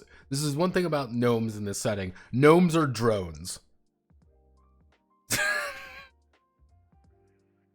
This is something very silly about gnomes in this setting. People, I've just been reading some of the Department of Gnome Land Security. Like, you have to remember this as just a weird note I put in. There are like, every single gnome is effectively a drone meant to monitor everything. Anytime you see a gnome, yeah, gnomes are space feds.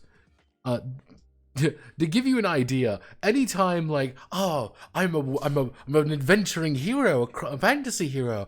Oh, it's a wise gnome. You want to invite me to tea, and but we shouldn't drink gnome tea because gnome tea gets you high as fuck, and you go on weird booze cruise adventures with them.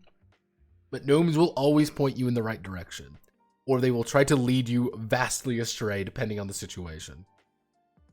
As a Stellarch, as someone from space, you go to a gnome, you rattle off some basic information to them, and you give them their serial number, and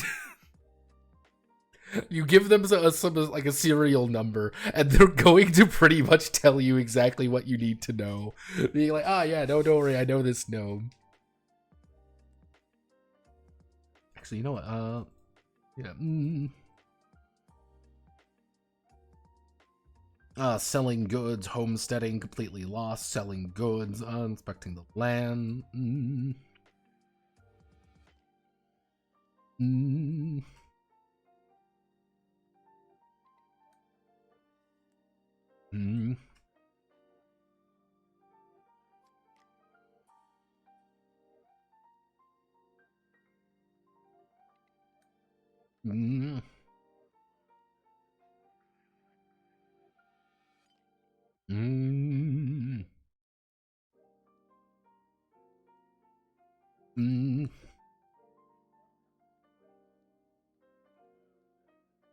Consulting locals. Do we have any other ideas?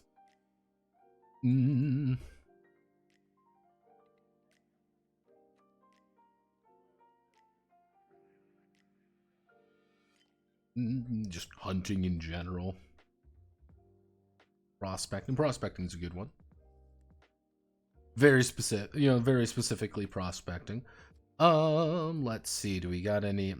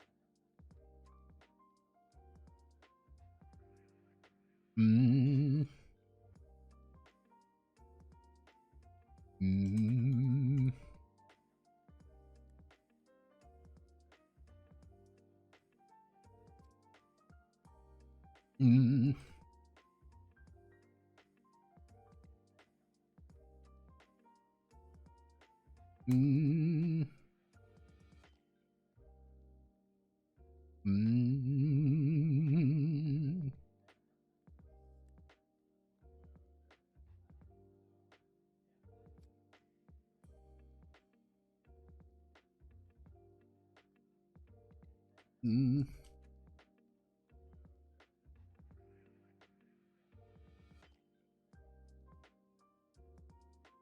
Mm.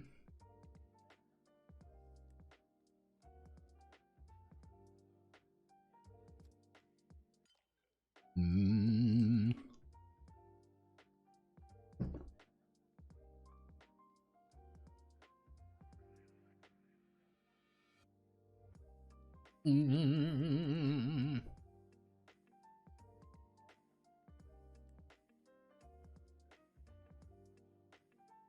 Mm. Exotic foreigners. Mm.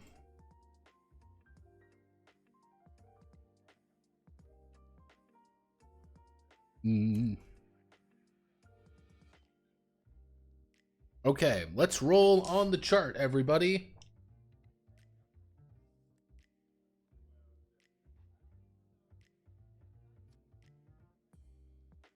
Let's go. I love gambling. So let's see. Our wandering locale. We have reached a strange town with a lot of bandits in it. Currently, they're hunting, and they're filled with exotic foreigners. So it's a bunch of exotic foreign bandits doing something.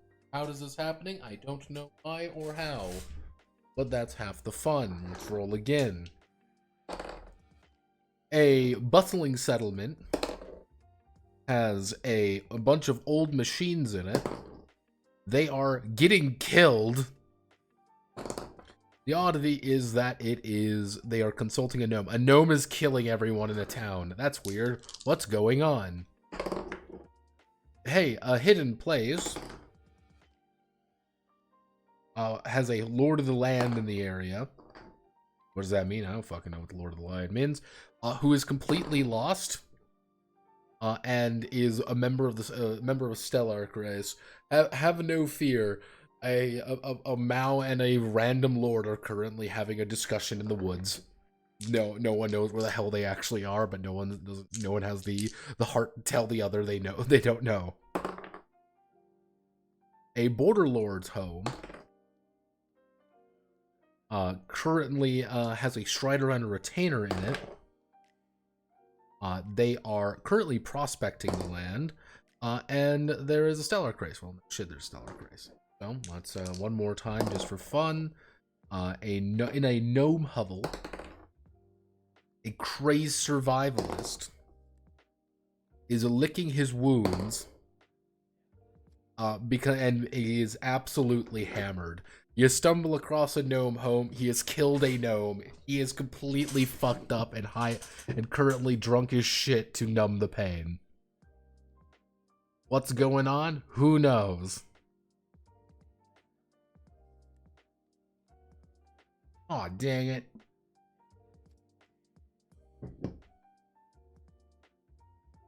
Okay, that works.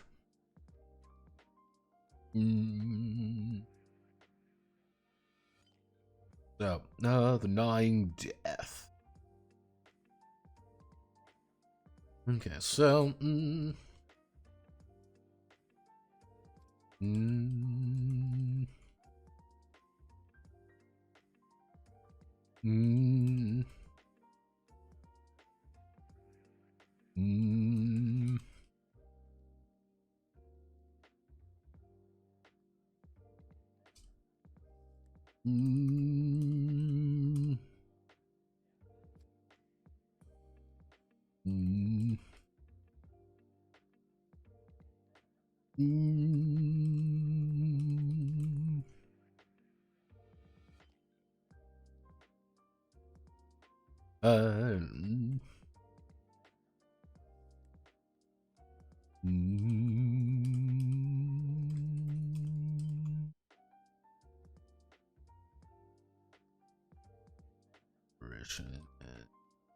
exposure. Let's see. Every day while roving.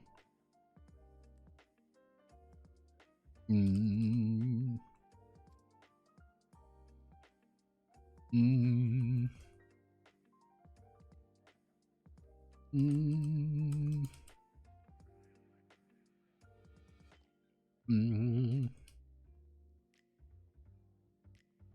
Mm.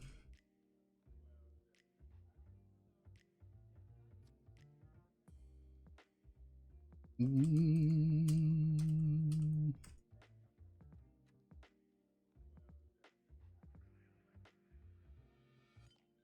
Mm. And to suffer attrition. Yep. Attrition sucks. We don't like attrition. So, attrition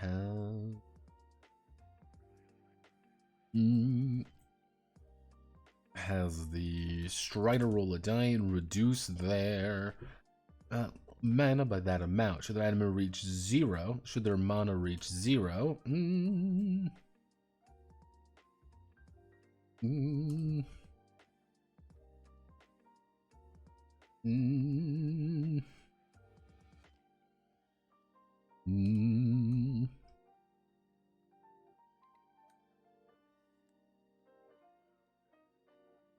mm, mm,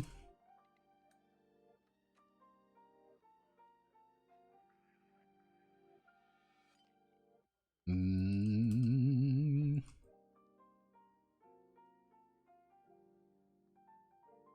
Mm. We have food for the scavengers.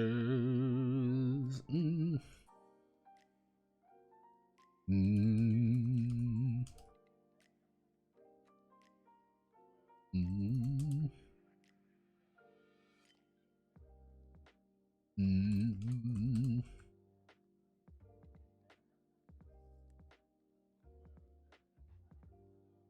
Mm.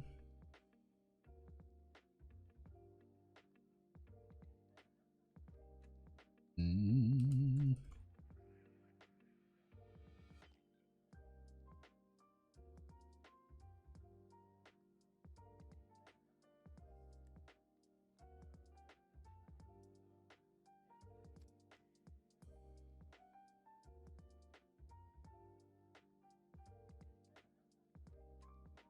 Mm.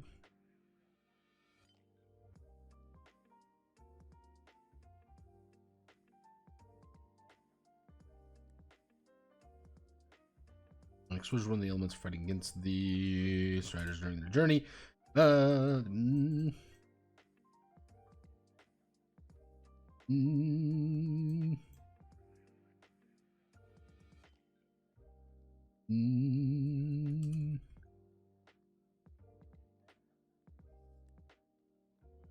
Mm.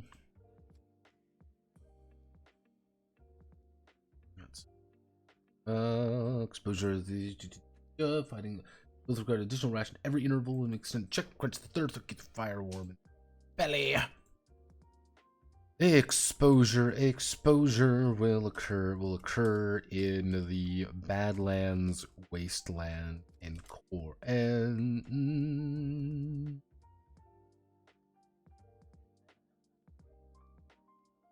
Core, and let's see, we'll go on Badland, Wasteland, and Core Ring.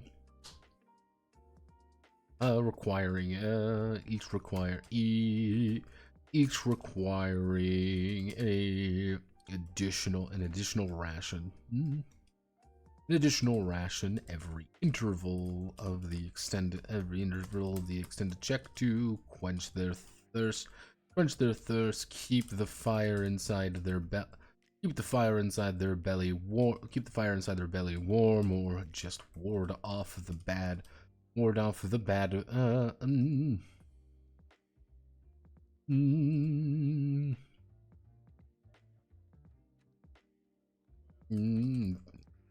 Dark. Spooky, scary skeletons. Mm.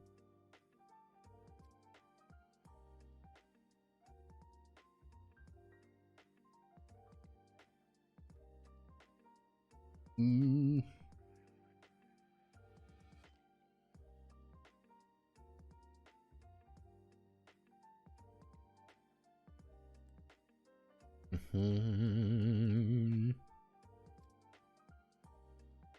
Well, it's not grim.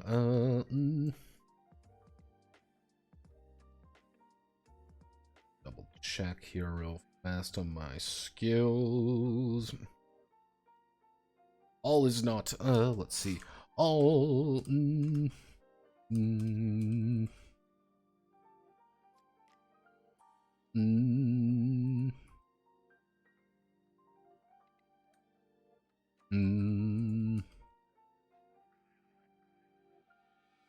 mm,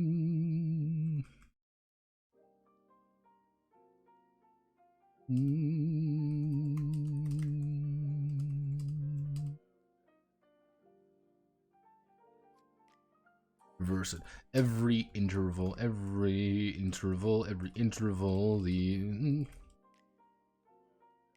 make a hunt. Choose to make a hunt.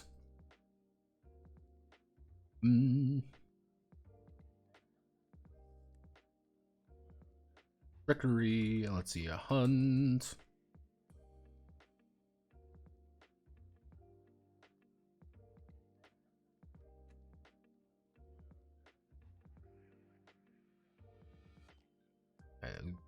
A hunt. Guts. That would be a hunt. Hunt. Guts. Or scan check. Scan check to acquire.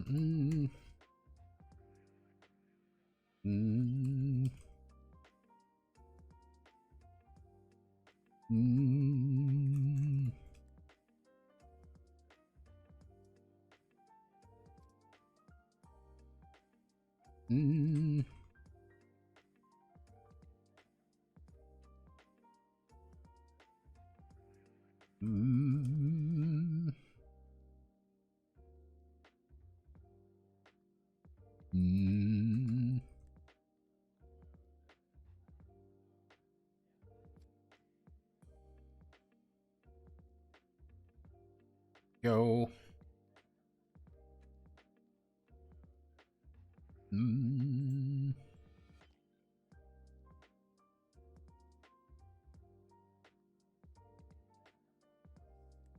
See, we don't want this. We want to find this. We find the ring down here. And we want to do a target number.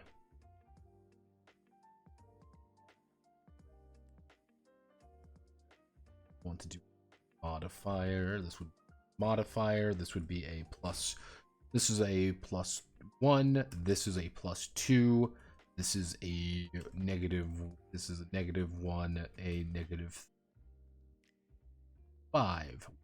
It's fucking impossible. Mm. Mm. Mm.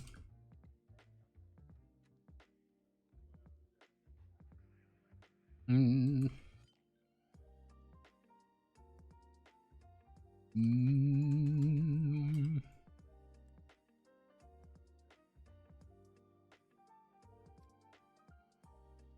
Mm.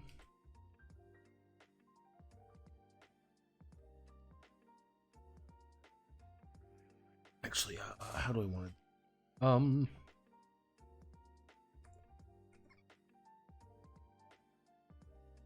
Mm.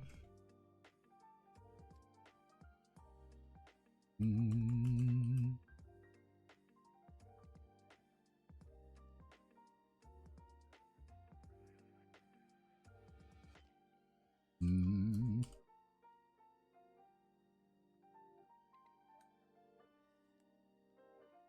Let's see. We'll produce an additional.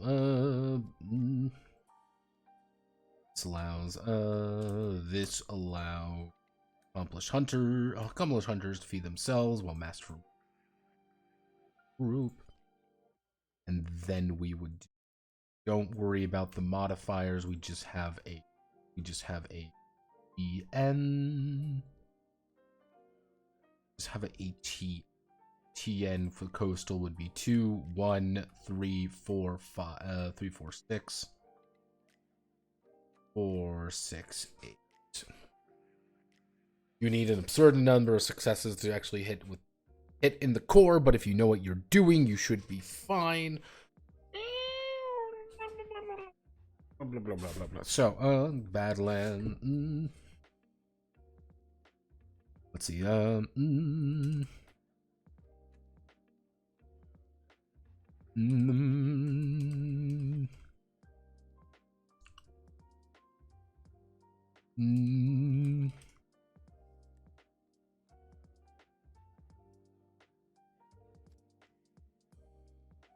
Rough place with animals, more bone than meat, and twice as mean and ready to eat.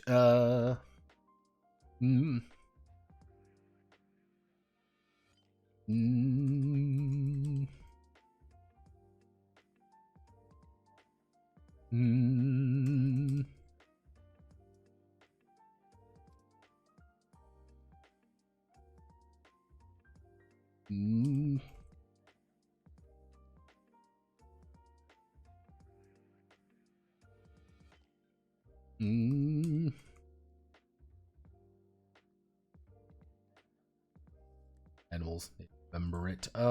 We do table, land bounty. Choo-choo, everybody. We did it. Our gnomes small. Gnomes are small. They're about the size of Madden. They're like little weird. They're little weird.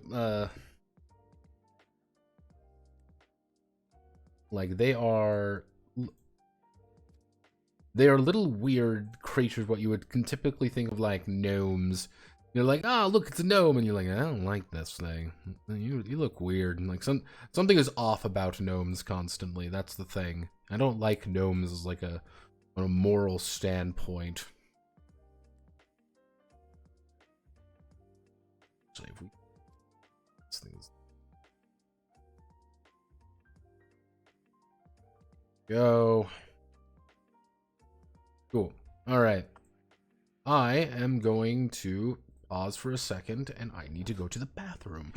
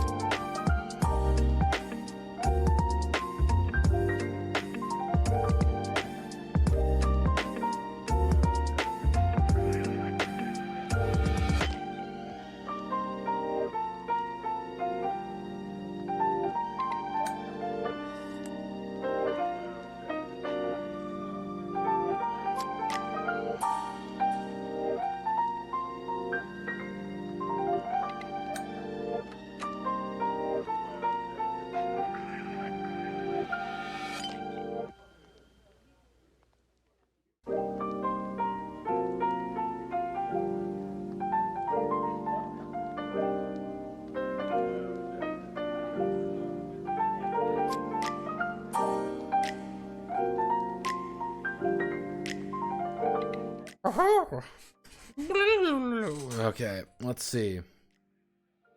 2 hours in. Let's see. Do we want to? Yeah, no, I should work on it. I should try to finish it, shouldn't I? Yeah. Yeah, let's try to finish it. Oh, yeah.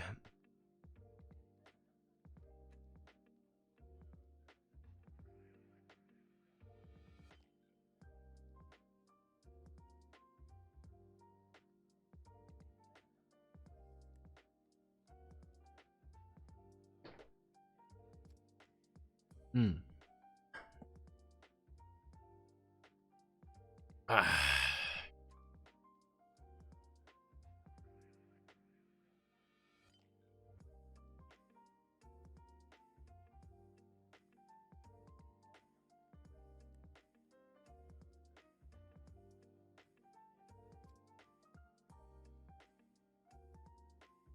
Let's see.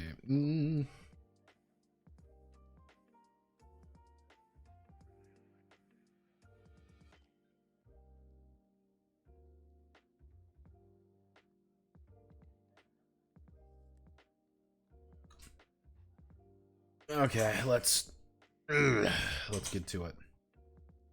Okay, so we've got all of this. Let's make sure.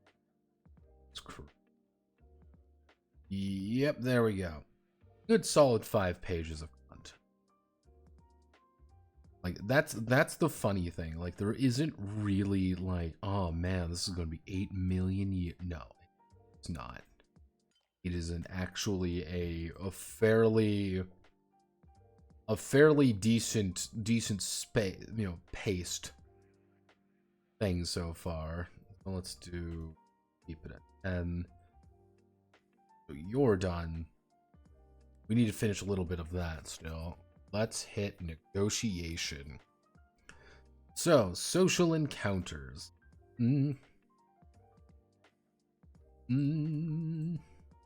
This needs a better name. If you have a suggestion, now is the time to tell me. So, let's see. So, intrigue, and council are no strangers. No strangers to Eris, or no stranger to, or no, let's see. Intrigue, and council are no strangers to Eris from the,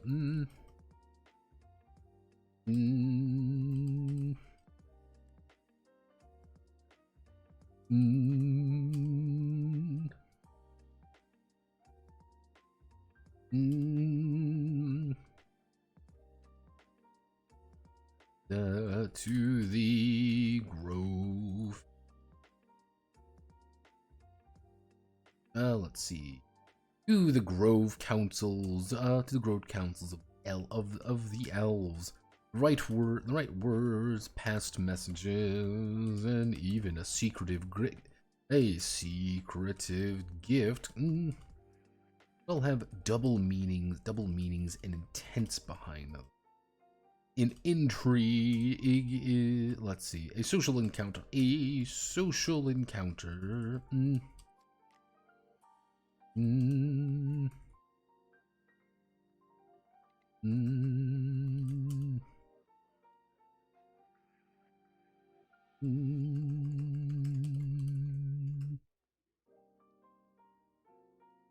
Sway opinions, shift the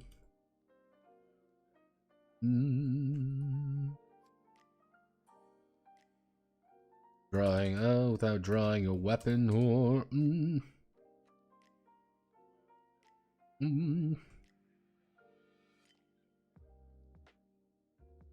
At its core, a social encounter is an extended check with a limited time, with a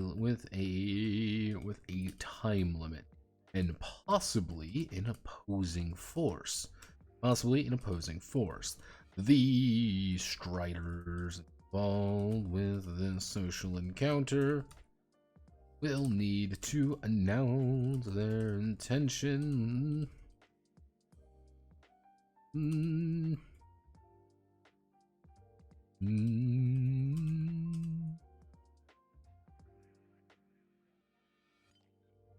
How they will accomplish and how they will accomplish.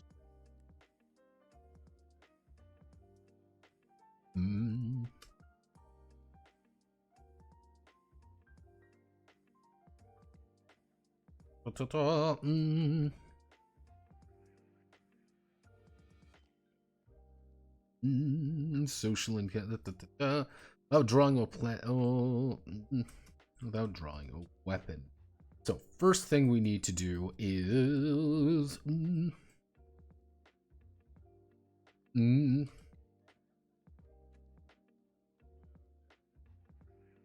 the hook. During a social encounter,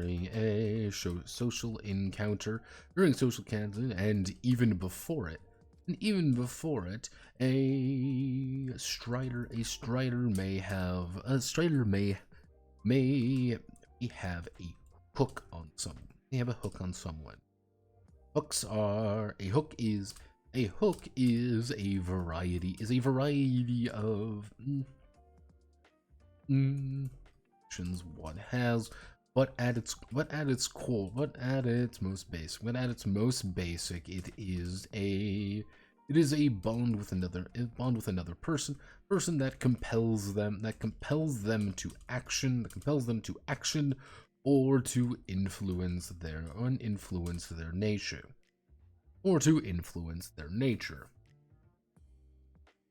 If the Striders saved the princess from a murder, save the princess. Let's see. The Striders save the princess from a bandit lord.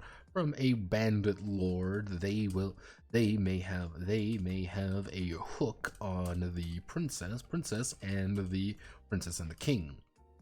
While if they handed the princess over to the bandit lord, and they would have a hook with him. On the other hand, if the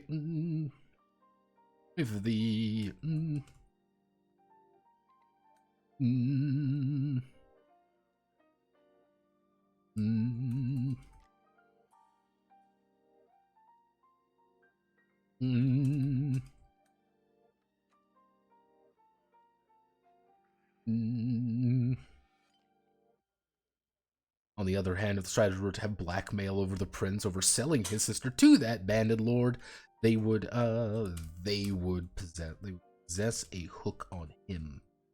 As well. Striders say the princess from a bandit lord, they may have a hook on the princess and the king. On the other hand, if Striders were to have blackmail over the prince over selling his sister to that bandit lord, they would possess a hook as well.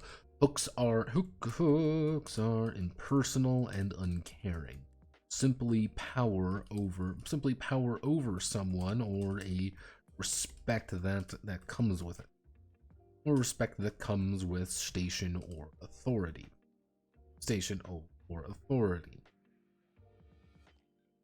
Whenever a Strider is invoking a hook on someone, they may choose to either roll that many additional action die, or treat it as let's see. They may choose to either roll plus 2d or take plus 2 momentum on their action. Let's see. Invoking a hook on someone, they may choose.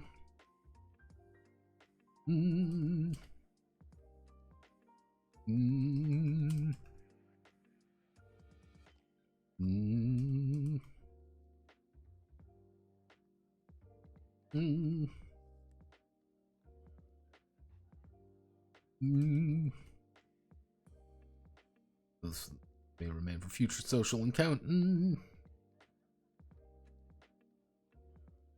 Spent multiple hooks on.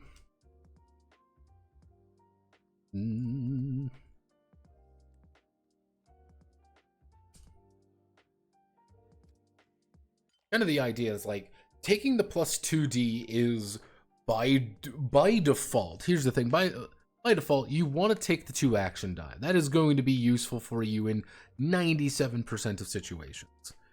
The thing with like the plus 2 momentum is I want to guarantee a victory here. I want just to push us over the edge just a little bit. We are 3 away. I have 4 dice. I just want to confirm this. Because you can still roll a 1 on those two. That's the gamble with the action die. Is like you could still roll, 1, 2, 3. You still have a 1/3. You still have about a fourth of a chance to just botch those. Botch the die, and like you don't get anything out of it. On the other hand, you might get 6 successes out of it. You don't know. That's kind of the gamble there. That's kind of the struggle. You're like, something is wrong, and how do I get this from it? So it's pretty much +2, or you have 2 momentum.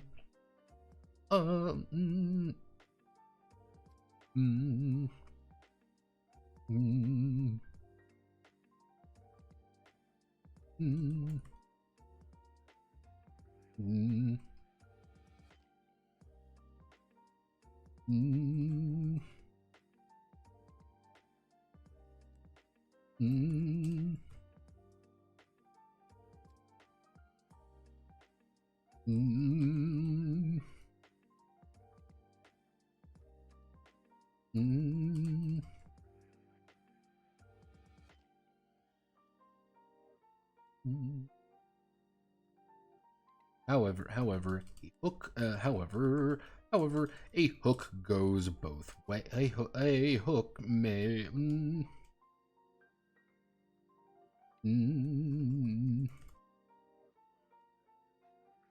However, a strider may have a hook on them. If a let's see, a member of the ensemble has a hook on the strider. They gain an immediate instinct. Let's see, if a member of the ensemble has a hook on the strider, they gain an immediate instinct, which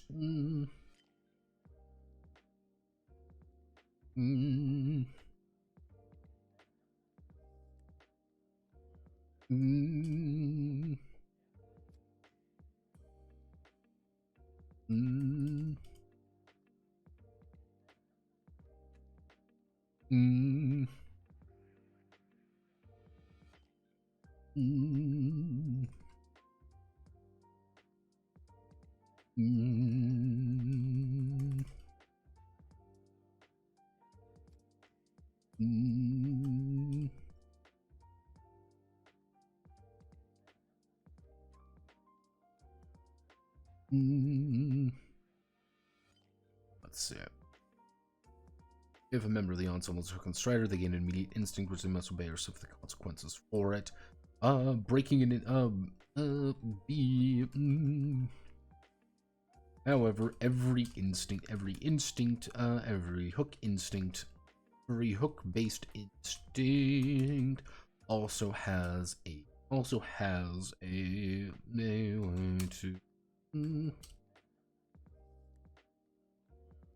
get out of the quote contract.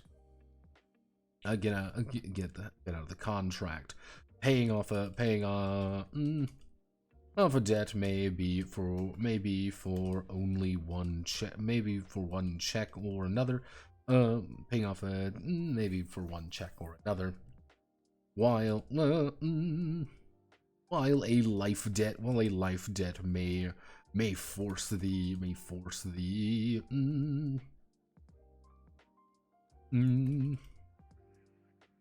work for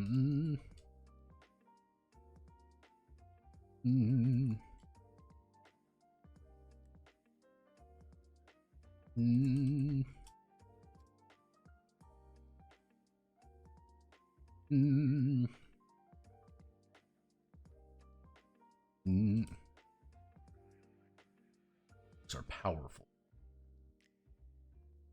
Nope, that's the idea. And what we should do to blackmail. Blackmail princess.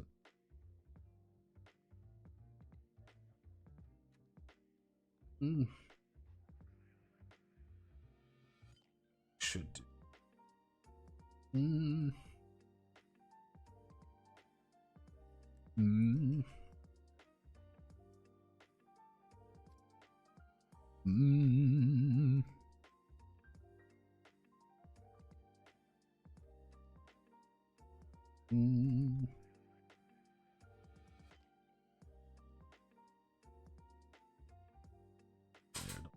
that as much, but let's keep going. Direct approach. This we there. Yeah. Boo wop. As they say in the SpongeBob, boo wop. Social encounters. Do social encounters.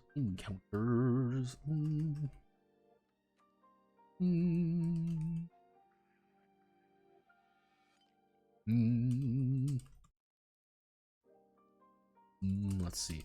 Can be approached as directly as possible, as with any each of the.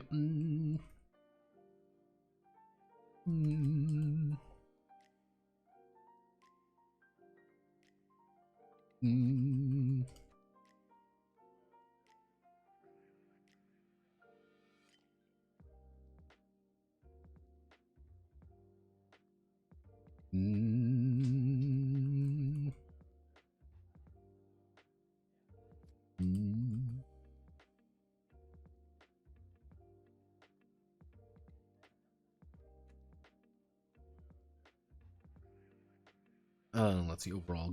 Let's see. Any of the striders may make a as it is related to the end goal, and the guide agrees. It will play a part, and it will play a part in the overall application. In the overall situation, the brute force approach. See, the brute force is ideal when the situation demands it, and no other options are available for the striders to do. But this does allow them to suss out the goal. Goals of the various other actors and fiends in this plot are like yeah, kind of the idea of like the most direct approach. That is saying, I want to make a check to reduce the thing. I want to make a check to reduce this encounter target number down. That's all you say. That's all you want to do with the direct approach. That is the goal. I want to, this goal is 120 or whatever. I want to, discover what's going on. Like, I want to just ask, hey, I want to work with you. Make a banter check. I got 3 successes. I reduce it by 3. It seems unreasonable sometimes, the scale that it can be at. You're like, oh shit, I can't possibly beat this. That's the secret. You need to direct. Because then we have the indirect approach.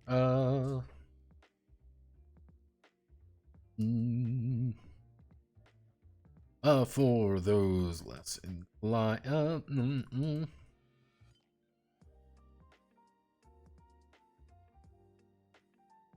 or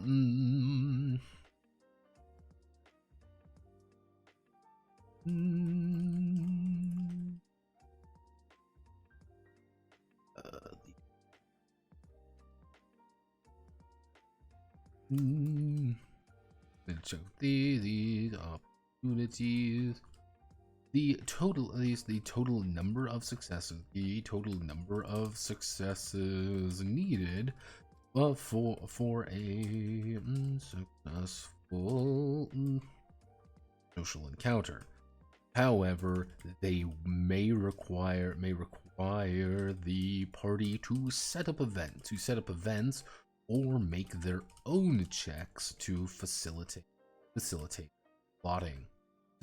their plotting. Each event will chip away at the difficulty of the entire check, depending on the severity of the that, depending on the depending on mm, mm, mm.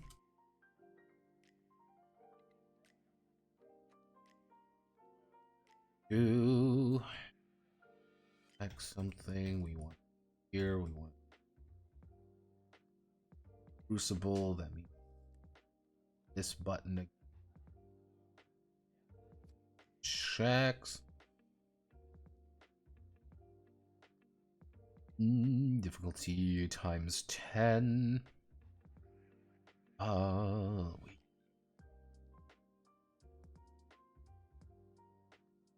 Fire the then what?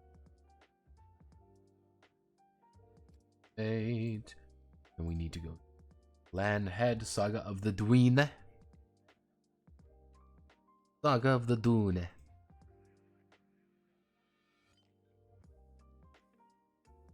Mm. Mm.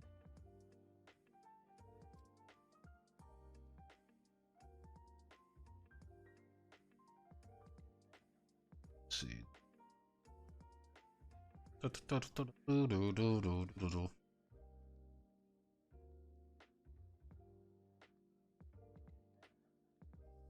Let's see. So this thing. That's severity. We do this, so we need to. This would be 1d12 with an average of 6, 2d12 with an average of 12.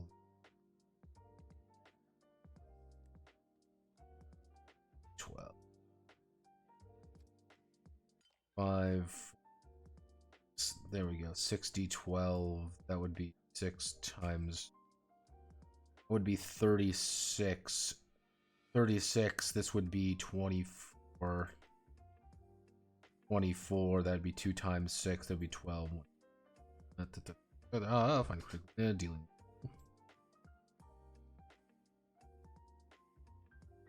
Die value. Ooh. Die value. Average. Running interference.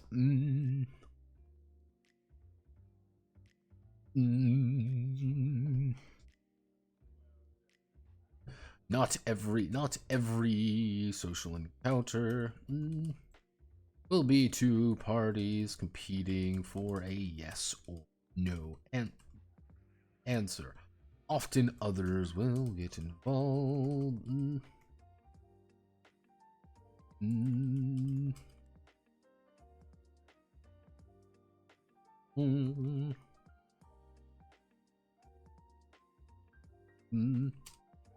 A Strider may choose to run interference on an activity.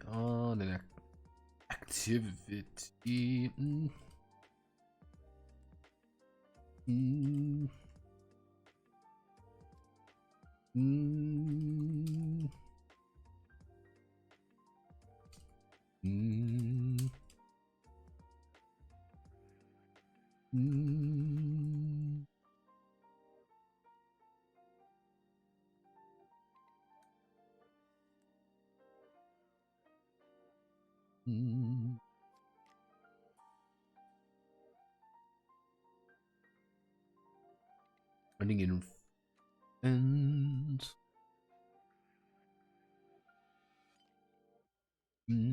let's see. Actually, I'm gonna do a spot. Let's.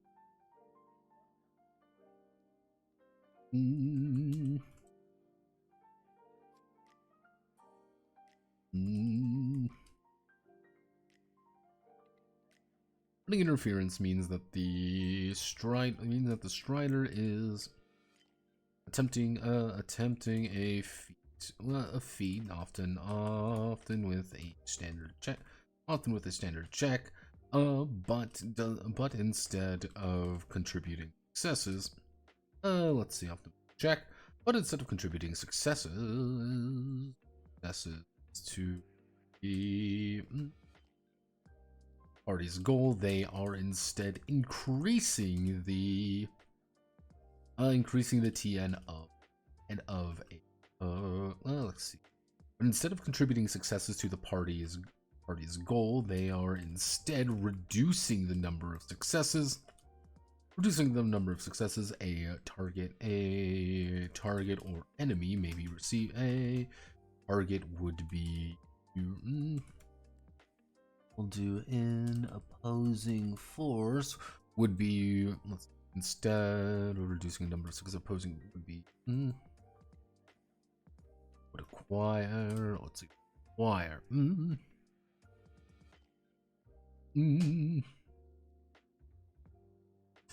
If they are wildly successful or clever, they may even roll on the event severity chart. A chart to increase the target number of the enemy. Instead, plan ahead, find a weakness, exploit it. Exploit it. Always be plotting. Always be plotting. Always be plotting.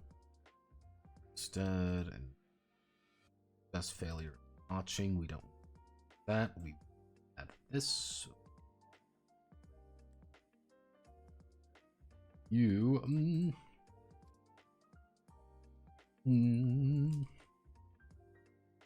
a personal aside. The Strider. Let's see. A Strider not inclined to direct action, or seeking more subtle means may attempt an action with the goal of acquiring a hook over another person. Let's see. May attempt an action with the goal of acquiring a hook over another person. There are multiple ways to acquire a hook, but it is often opposed.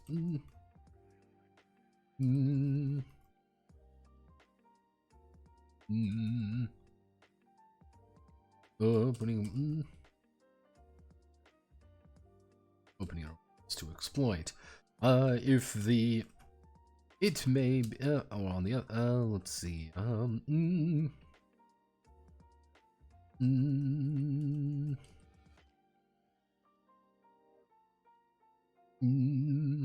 Software insinuations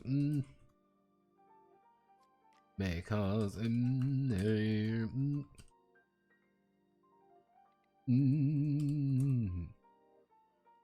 may break under pressure while uncovering a secret document detailing his betrayal would be another.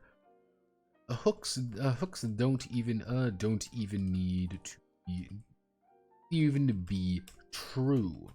Hooks don't even need to be true. If the Striders manage to convince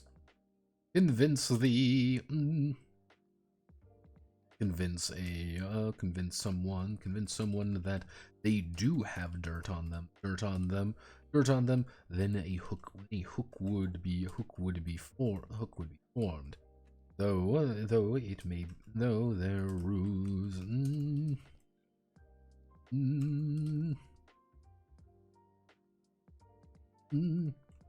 alternatively a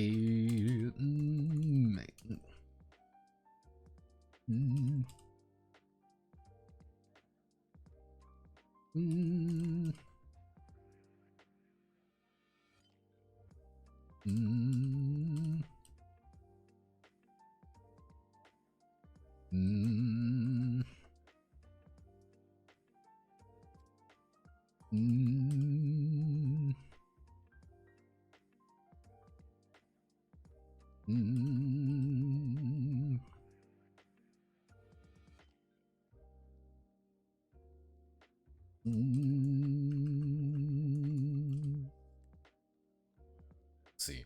There we go. it's kind of like, yeah, you can spend some time. It's kind of the idea that you are insinuations. It's kind of the idea like, hey, with the direct, you're just throwing yourself at the problem. Indirect, you're trying to find like a way to get around things. Running interference is like, I am deliberately fucking with someone, while a personal aside is, I'm trying to get a hook on you. I'm trying to get an advantage over you in some way. I want to get a hook over you to do something. I want to get a hook over you to get this.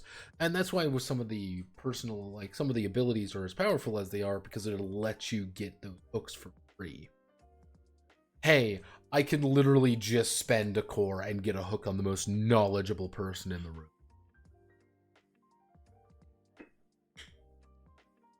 Hey, I'm a man and I can spend a hook and get a hook on anyone.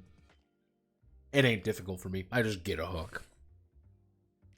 Depending on the efforts of the group, let's see, the counter will be either a success, failure, or complete botch. Success is when the time limit of the group is reached. Difficulty. The counter is successful. The target will agree, capitulate, or change their opinion on the matter. Let's see. A social encounter can never truly change the nature of a person. They will act according to their ends, but a successful plot will always end in the ideal state laid out by the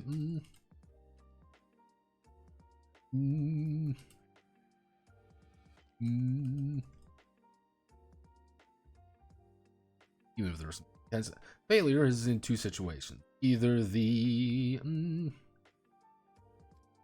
at a time and need to wait for another opportunity, or they have been defeated by a rival. While may not reach their end goal, they have remained whatever good graces they have met. Botching a social encounter. Rolling no successes with the direct approach will lead to the entire plot unraveling. Let me double check. Let me make sure this is correct.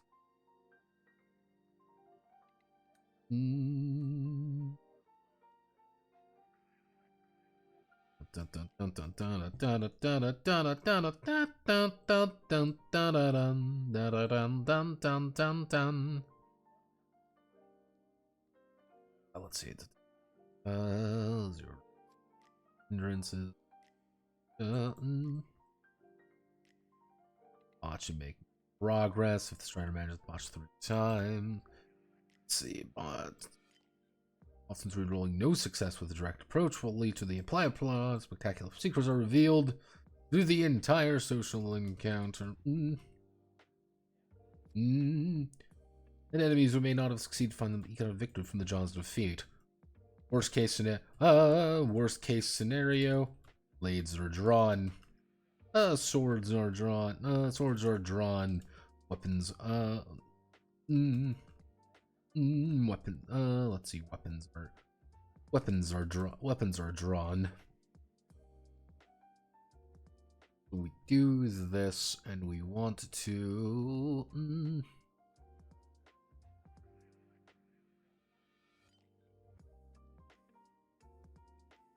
Ooh.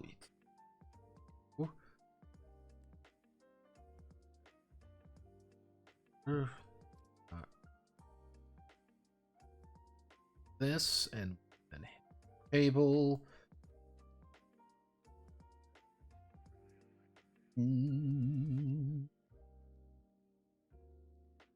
Actually, 6, 7. 6 standard check is difficulty times 10. This would be standard. This would be simple. Actually, no, not simple. This would be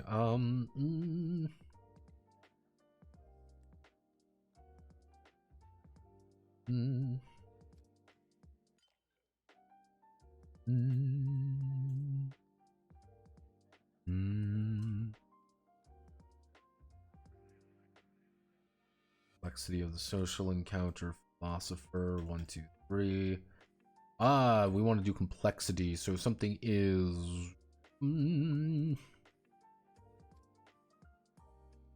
Mm.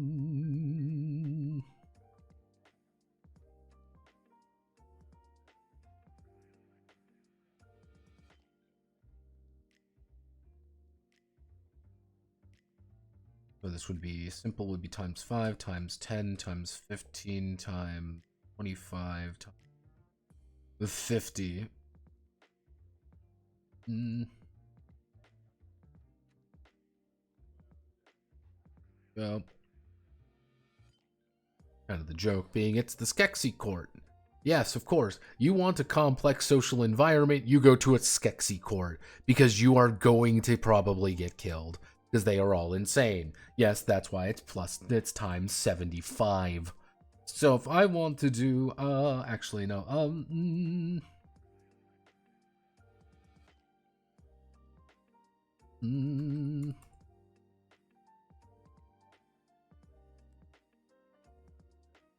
We want to select all of you. We do this 0.003, 0.03, and then we do 1, 2. So a friendly, actually we can do even like family meeting. Like a family meeting is not too difficult. Like I need to convince someone to do something. Yeah, that's not too complicated. Let's see, complexity of a social encounter.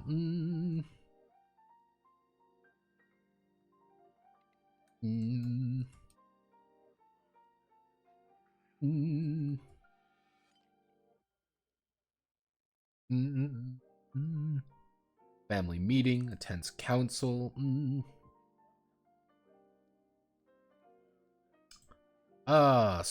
Wording. How would you?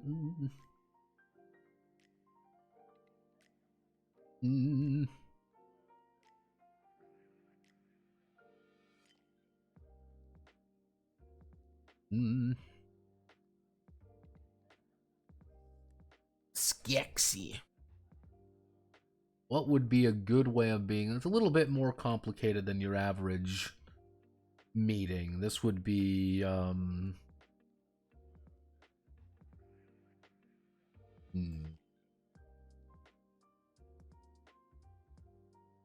This is more complicated than than your average meeting. This would be oh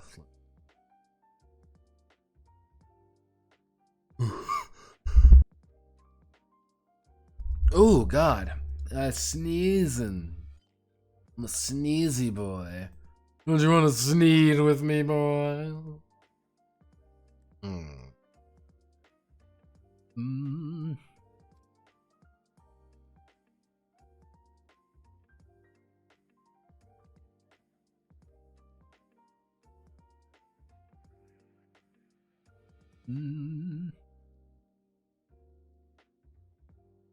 Must sought. Oh, let's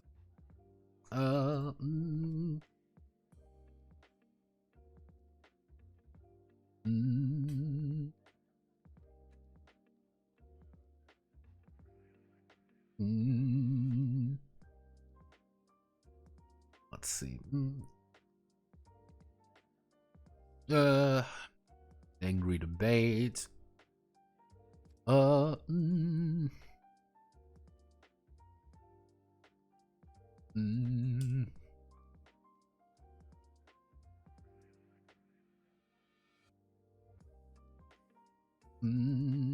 I guess we'll buy like a wild party. Like it's just like nothing's getting done kind of thing. Like it's just hard to convince anyone to do anything. I mean, that kind of works. It's not perfect.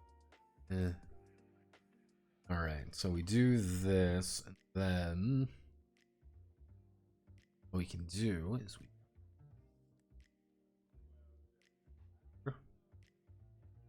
put success and botching. Can I fit that? No, I cannot. We put you like this, and then we put this table right here. Like, this is the, hey, what's going on table. I mean, I guess actually we can do...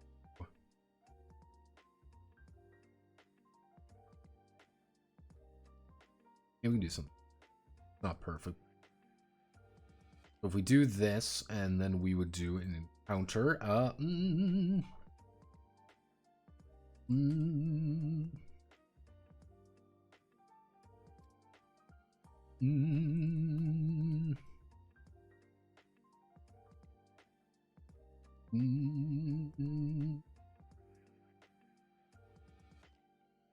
So let's see. We want to do an individual, and we'll click there. So an individual. So.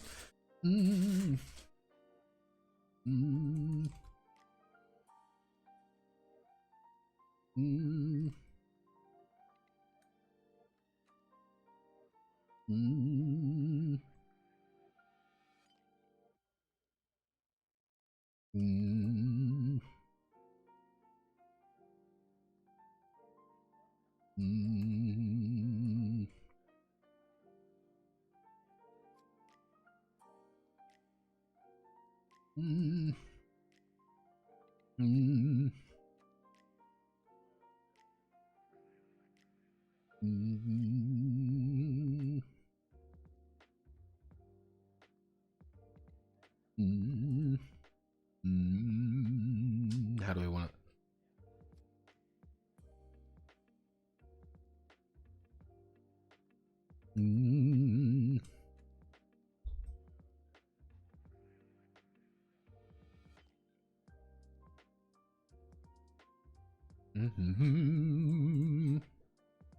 Enraged discourse.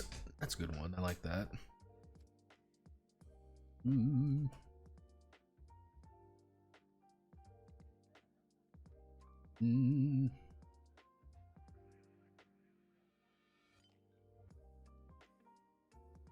Can I fit all of you?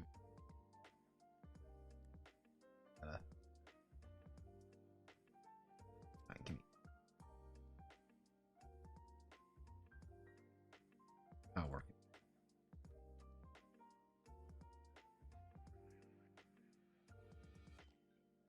Doesn't fit. Damn it. Let's see. Wise nobleman, check courtier, wrathful watchful god, drunk matron, unknown person, unexplained scion. Who would be at a social event? Let's think. Let's ask ourselves. I think it's enraged. That's fucking with size. I mean, I guess we can shrink. I guess we can go. Boop. I guess we could do something like this. Whoa. What if I do? What if I? Boom. If I bold it, but then we unbold you. So there we go. It makes it look bigger than actually. Bingo. Bingo. Let's see. So unexplained scion.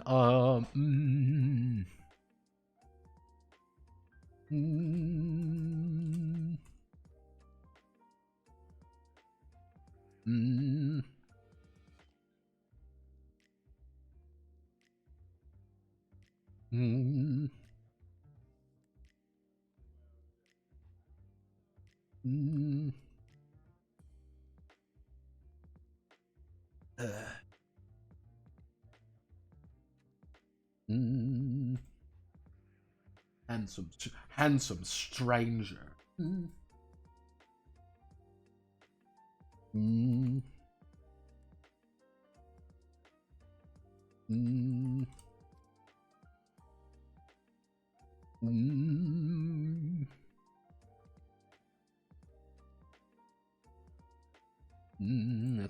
Click.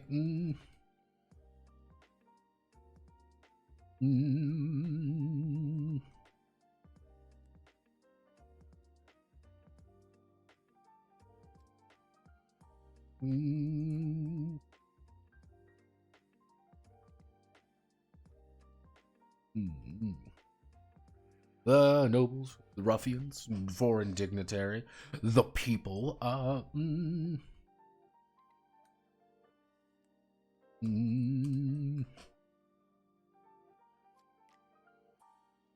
obvious foreign agent,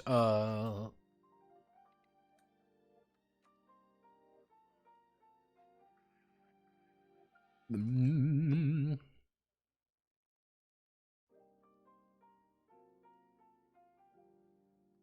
Let's see.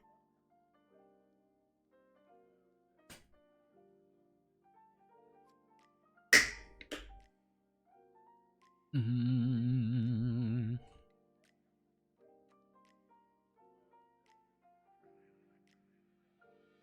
Mm.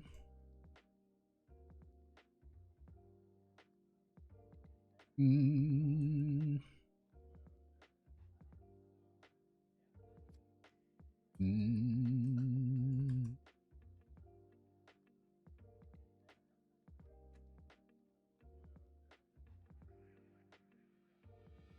Mm. Mm. Rhyme ring. Yeah, her. Yeah. A crime ring. Okay, that's a good one. A crime ring. Guild council. Mm.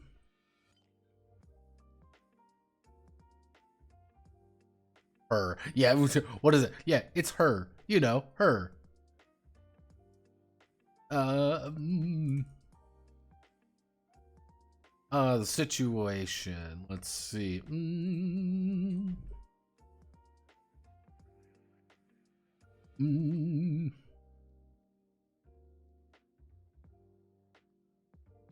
Mm. Mm. Mm.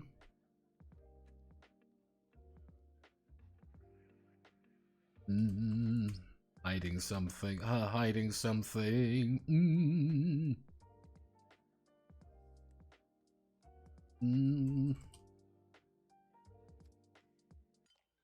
Mm.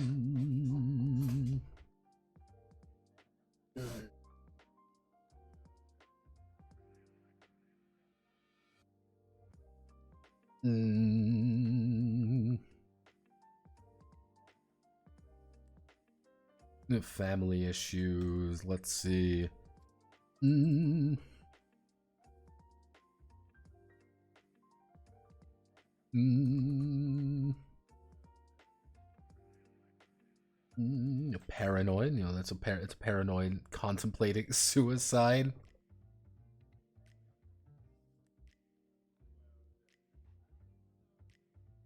Very depressed. There we go. Very depressed. Not just depressed, very depressed. Mm.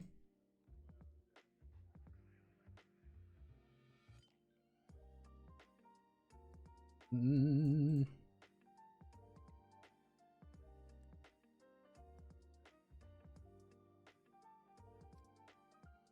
Mm. Maintaining distance. There we go.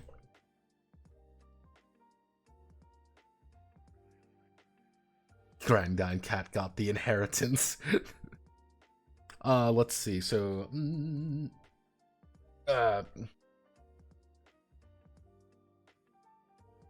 mm, mm, mm, mm, mm, mm. Sex. Oddity. Sex. Mm,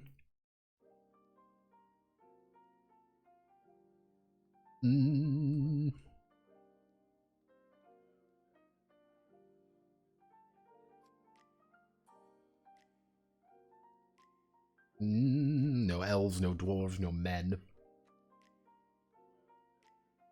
Mm,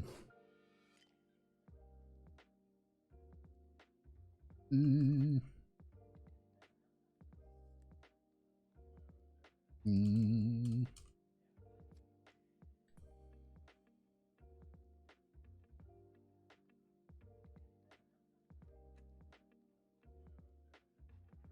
mm, lots within lots. Let's see. Actually, no.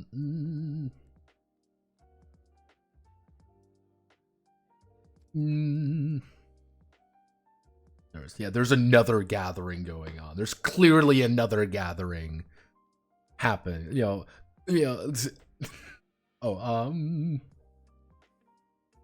Like, there's another gathering going on. What does this mean? That could mean anything. That's the point of these. It's like, this is very open. You have no idea what the hell is going on. These are just very open. What does this mean? Like,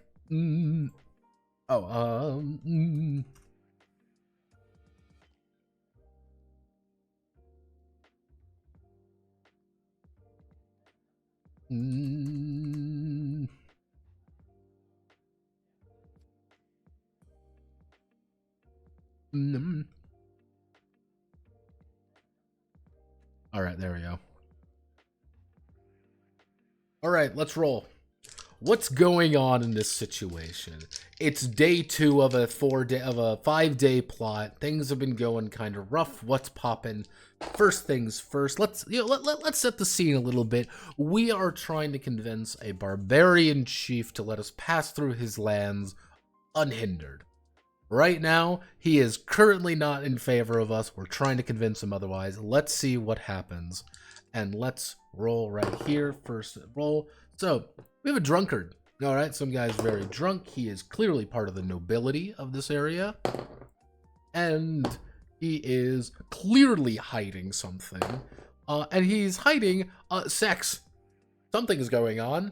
He's banging this warlord's daughter. Uh-oh. This is bad. This is a hook you can get. Maybe that's a situation you can set up. Maybe there's something you can do here. Maybe he's letting something slip. Hey, the warlord wants to bang someone. Maybe there's something there. Hey. Let's so an unknown person. Let's set the situation a little bit different. We are at a noble party. We're trying to get some information here, and it's not a very detailed thing, a very relaxed affair. We're trying to get some information on a ruin. Only this guy, this nobleman who's hosting this party really knows the information, and it's all about trying to get to him. Trying to get to that information, trying to help him help us. What's the situation? An honored guest is here. He is very clearly a vagabond, though. And that vagabond is holding a child, and let's see. So, and everyone is very on edge. Uh-oh, the count's, this nobleman's son is back, who's an adventuring hero or something. He is very clearly not supposed to be here. Like, he is very odd. Everyone's like, oh, well, he's very honored and everyone's great. He is not supposed to be here. Oh, fuck. Oh, shit. What do you mean he's got a kid? What do you mean it's an elf? What the fuck? That's a hook. That's something we can work. That's kind of the idea of this. Is like, okay, here's now a situation. Like,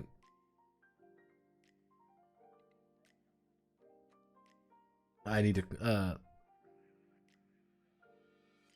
why does he have an unknown child he shouldn't have? Exactly, you're seeing it. Holding a child and sex when you roll in the same group. The idea of sex can be made in different things. That's kind of like we can, let's see. Let's no,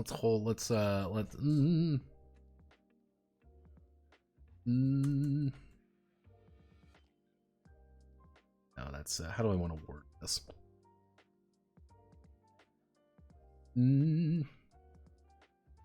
I effectively want to be like, there are people like doing things that they shouldn't be doing. People are in a relationship currently. Actually, people relationship. Yeah, that could work.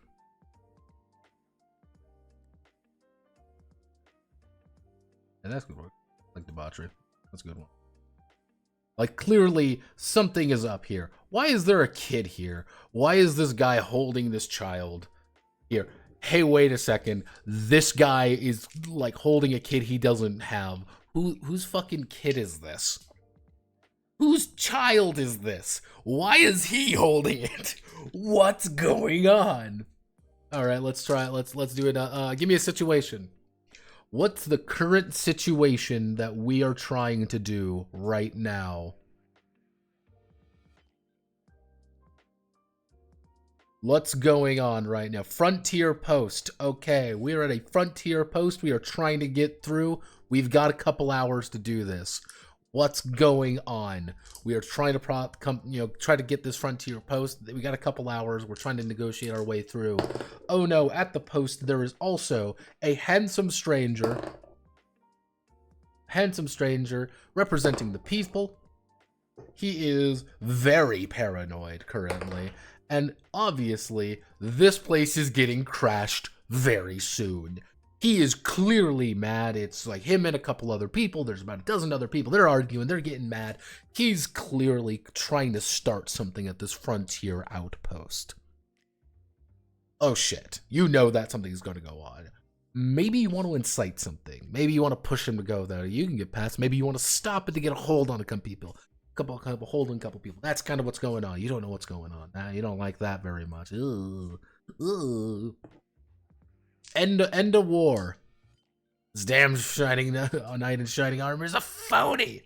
Okay. Discussion. End of war. There is a war about the brew. You're sitting there. You know, it's one of those things. The Striders have been called in. You've been kind of getting there. There's about a war going to break out between these two nations. You have to stop it. Everyone's kind of on edge. You got some foreign people. These two aren't really wanting to talk to one another. What's going on? And the situation currently is, let's see. There is an adventurer here. He's part of the nobles. He's an adventurous noble, obviously. He is hiding something though. And let's see.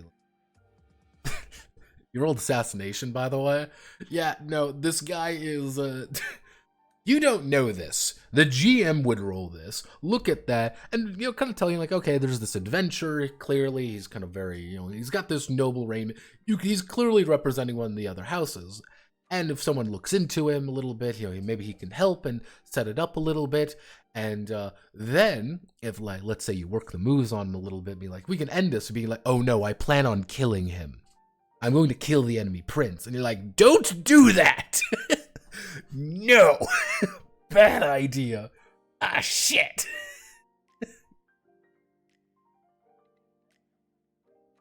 Now there's something going on. A group of idol. We have just finished our concert. We have ding. You know, we have finished our performance. Everyone's there. This is a very relaxed event. We are currently hanging out. We're just trying to impress some people. We're trying to get some information. We're trying to get some schmooze. We're trying to get some money out of this shit. We all want to get paid. Let's see. Currently, our situation. I keep rolling nines. We've got her. Yes, her. What does that mean? We don't know. And she represents the people. They have some family issues, and currently there are no dwarves at this party. You clearly tell her, she's half dwarf. You know that immediately. And it was very odd there were no other dwarves here. Very odd. There should be dwarves in this area. Why are there none? And why does she look out of place? Something's up there. I don't know. Racist bastard, her father's a dwarf, damn. Exactly. That is what this chart is all about. These charts, these things are all about giving you ideas for something going on. Hey, her. What does that mean? We don't know. She's part of a crime ring. She's clearly plotting something. And oh, hey, she's desperately poor. What does that mean? What does this actually mean? That could mean anything. There's a lot of different ways to interpret that. Hey, a wise nobleman. Clearly, we're rolling with some of the guild councilmen. is, well, he is very, very sad, though. And why would that be? Well, because he's so fabulously wealthy, and he can't negotiate these deals with these guildmen. He wants to get the guilds involved, but they won't work with him, and he's just in a terrible... He's so sad because he's got all this money he wants to invest, but he doesn't know where to get it. And then you suddenly start asking, why would you want to be giving away money? Can we have some money? That would be nice. Like, but yeah, we've got our dice here, and and that's even kind of things. Just like this is why I like doing these charts instead of like, oh, you encounter X number of goblins on the road or whatever.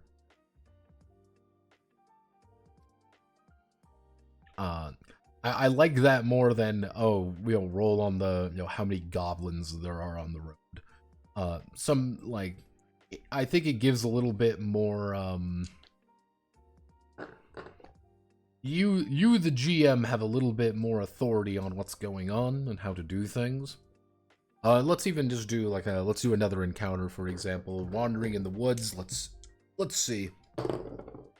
We've got an armed caravan with lots of trolls, big trolls, and they are completely lost, and and mostly dead. Good news, there are a bunch of trolls that are very injured. They have ransacked a caravan, obviously. They are rolling everything back to the goblin hideout. They are horribly lost, horribly injured, and they are not regenerating right now. What do you do? Stumbled upon this situation. Like, what's the plan? Well, there's a couple plans going. That's the point. What do you do? How do you do it? Hey! Let's see. Wandering the roads, we find a hunting party that is resting and relaxing, and it's a mixed party. There's a little bit of everyone in there. A little bit too many people, to be honest. But, everyone's talking, everyone's having fun, something's going on. You don't know. What's the point? That's the tired of not speaking term, no dwarves. But yeah, no, that's what we're working with. I think that works. I think this one's funny in its own way. Being like, what is this? Her. What does that mean? That's the joke. That's the funny, as one might say. Okay. On Wednesday, we are going to dedicate ourselves to drawing steel, which is going to be combat day. I feel very confident we can do combat day. Who's the unknown person? Guess you have to fuck around and find out. Exactly.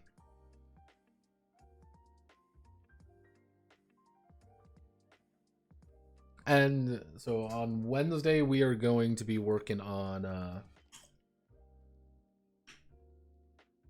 we're going to be hammering out what we can, anyway, of combat.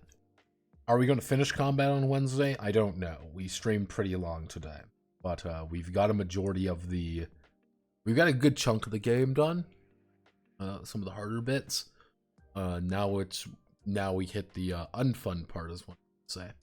So, I'm going to call it there. Thank you all for watching. Godspeed, good luck. You know the rest. I am, as they say, away.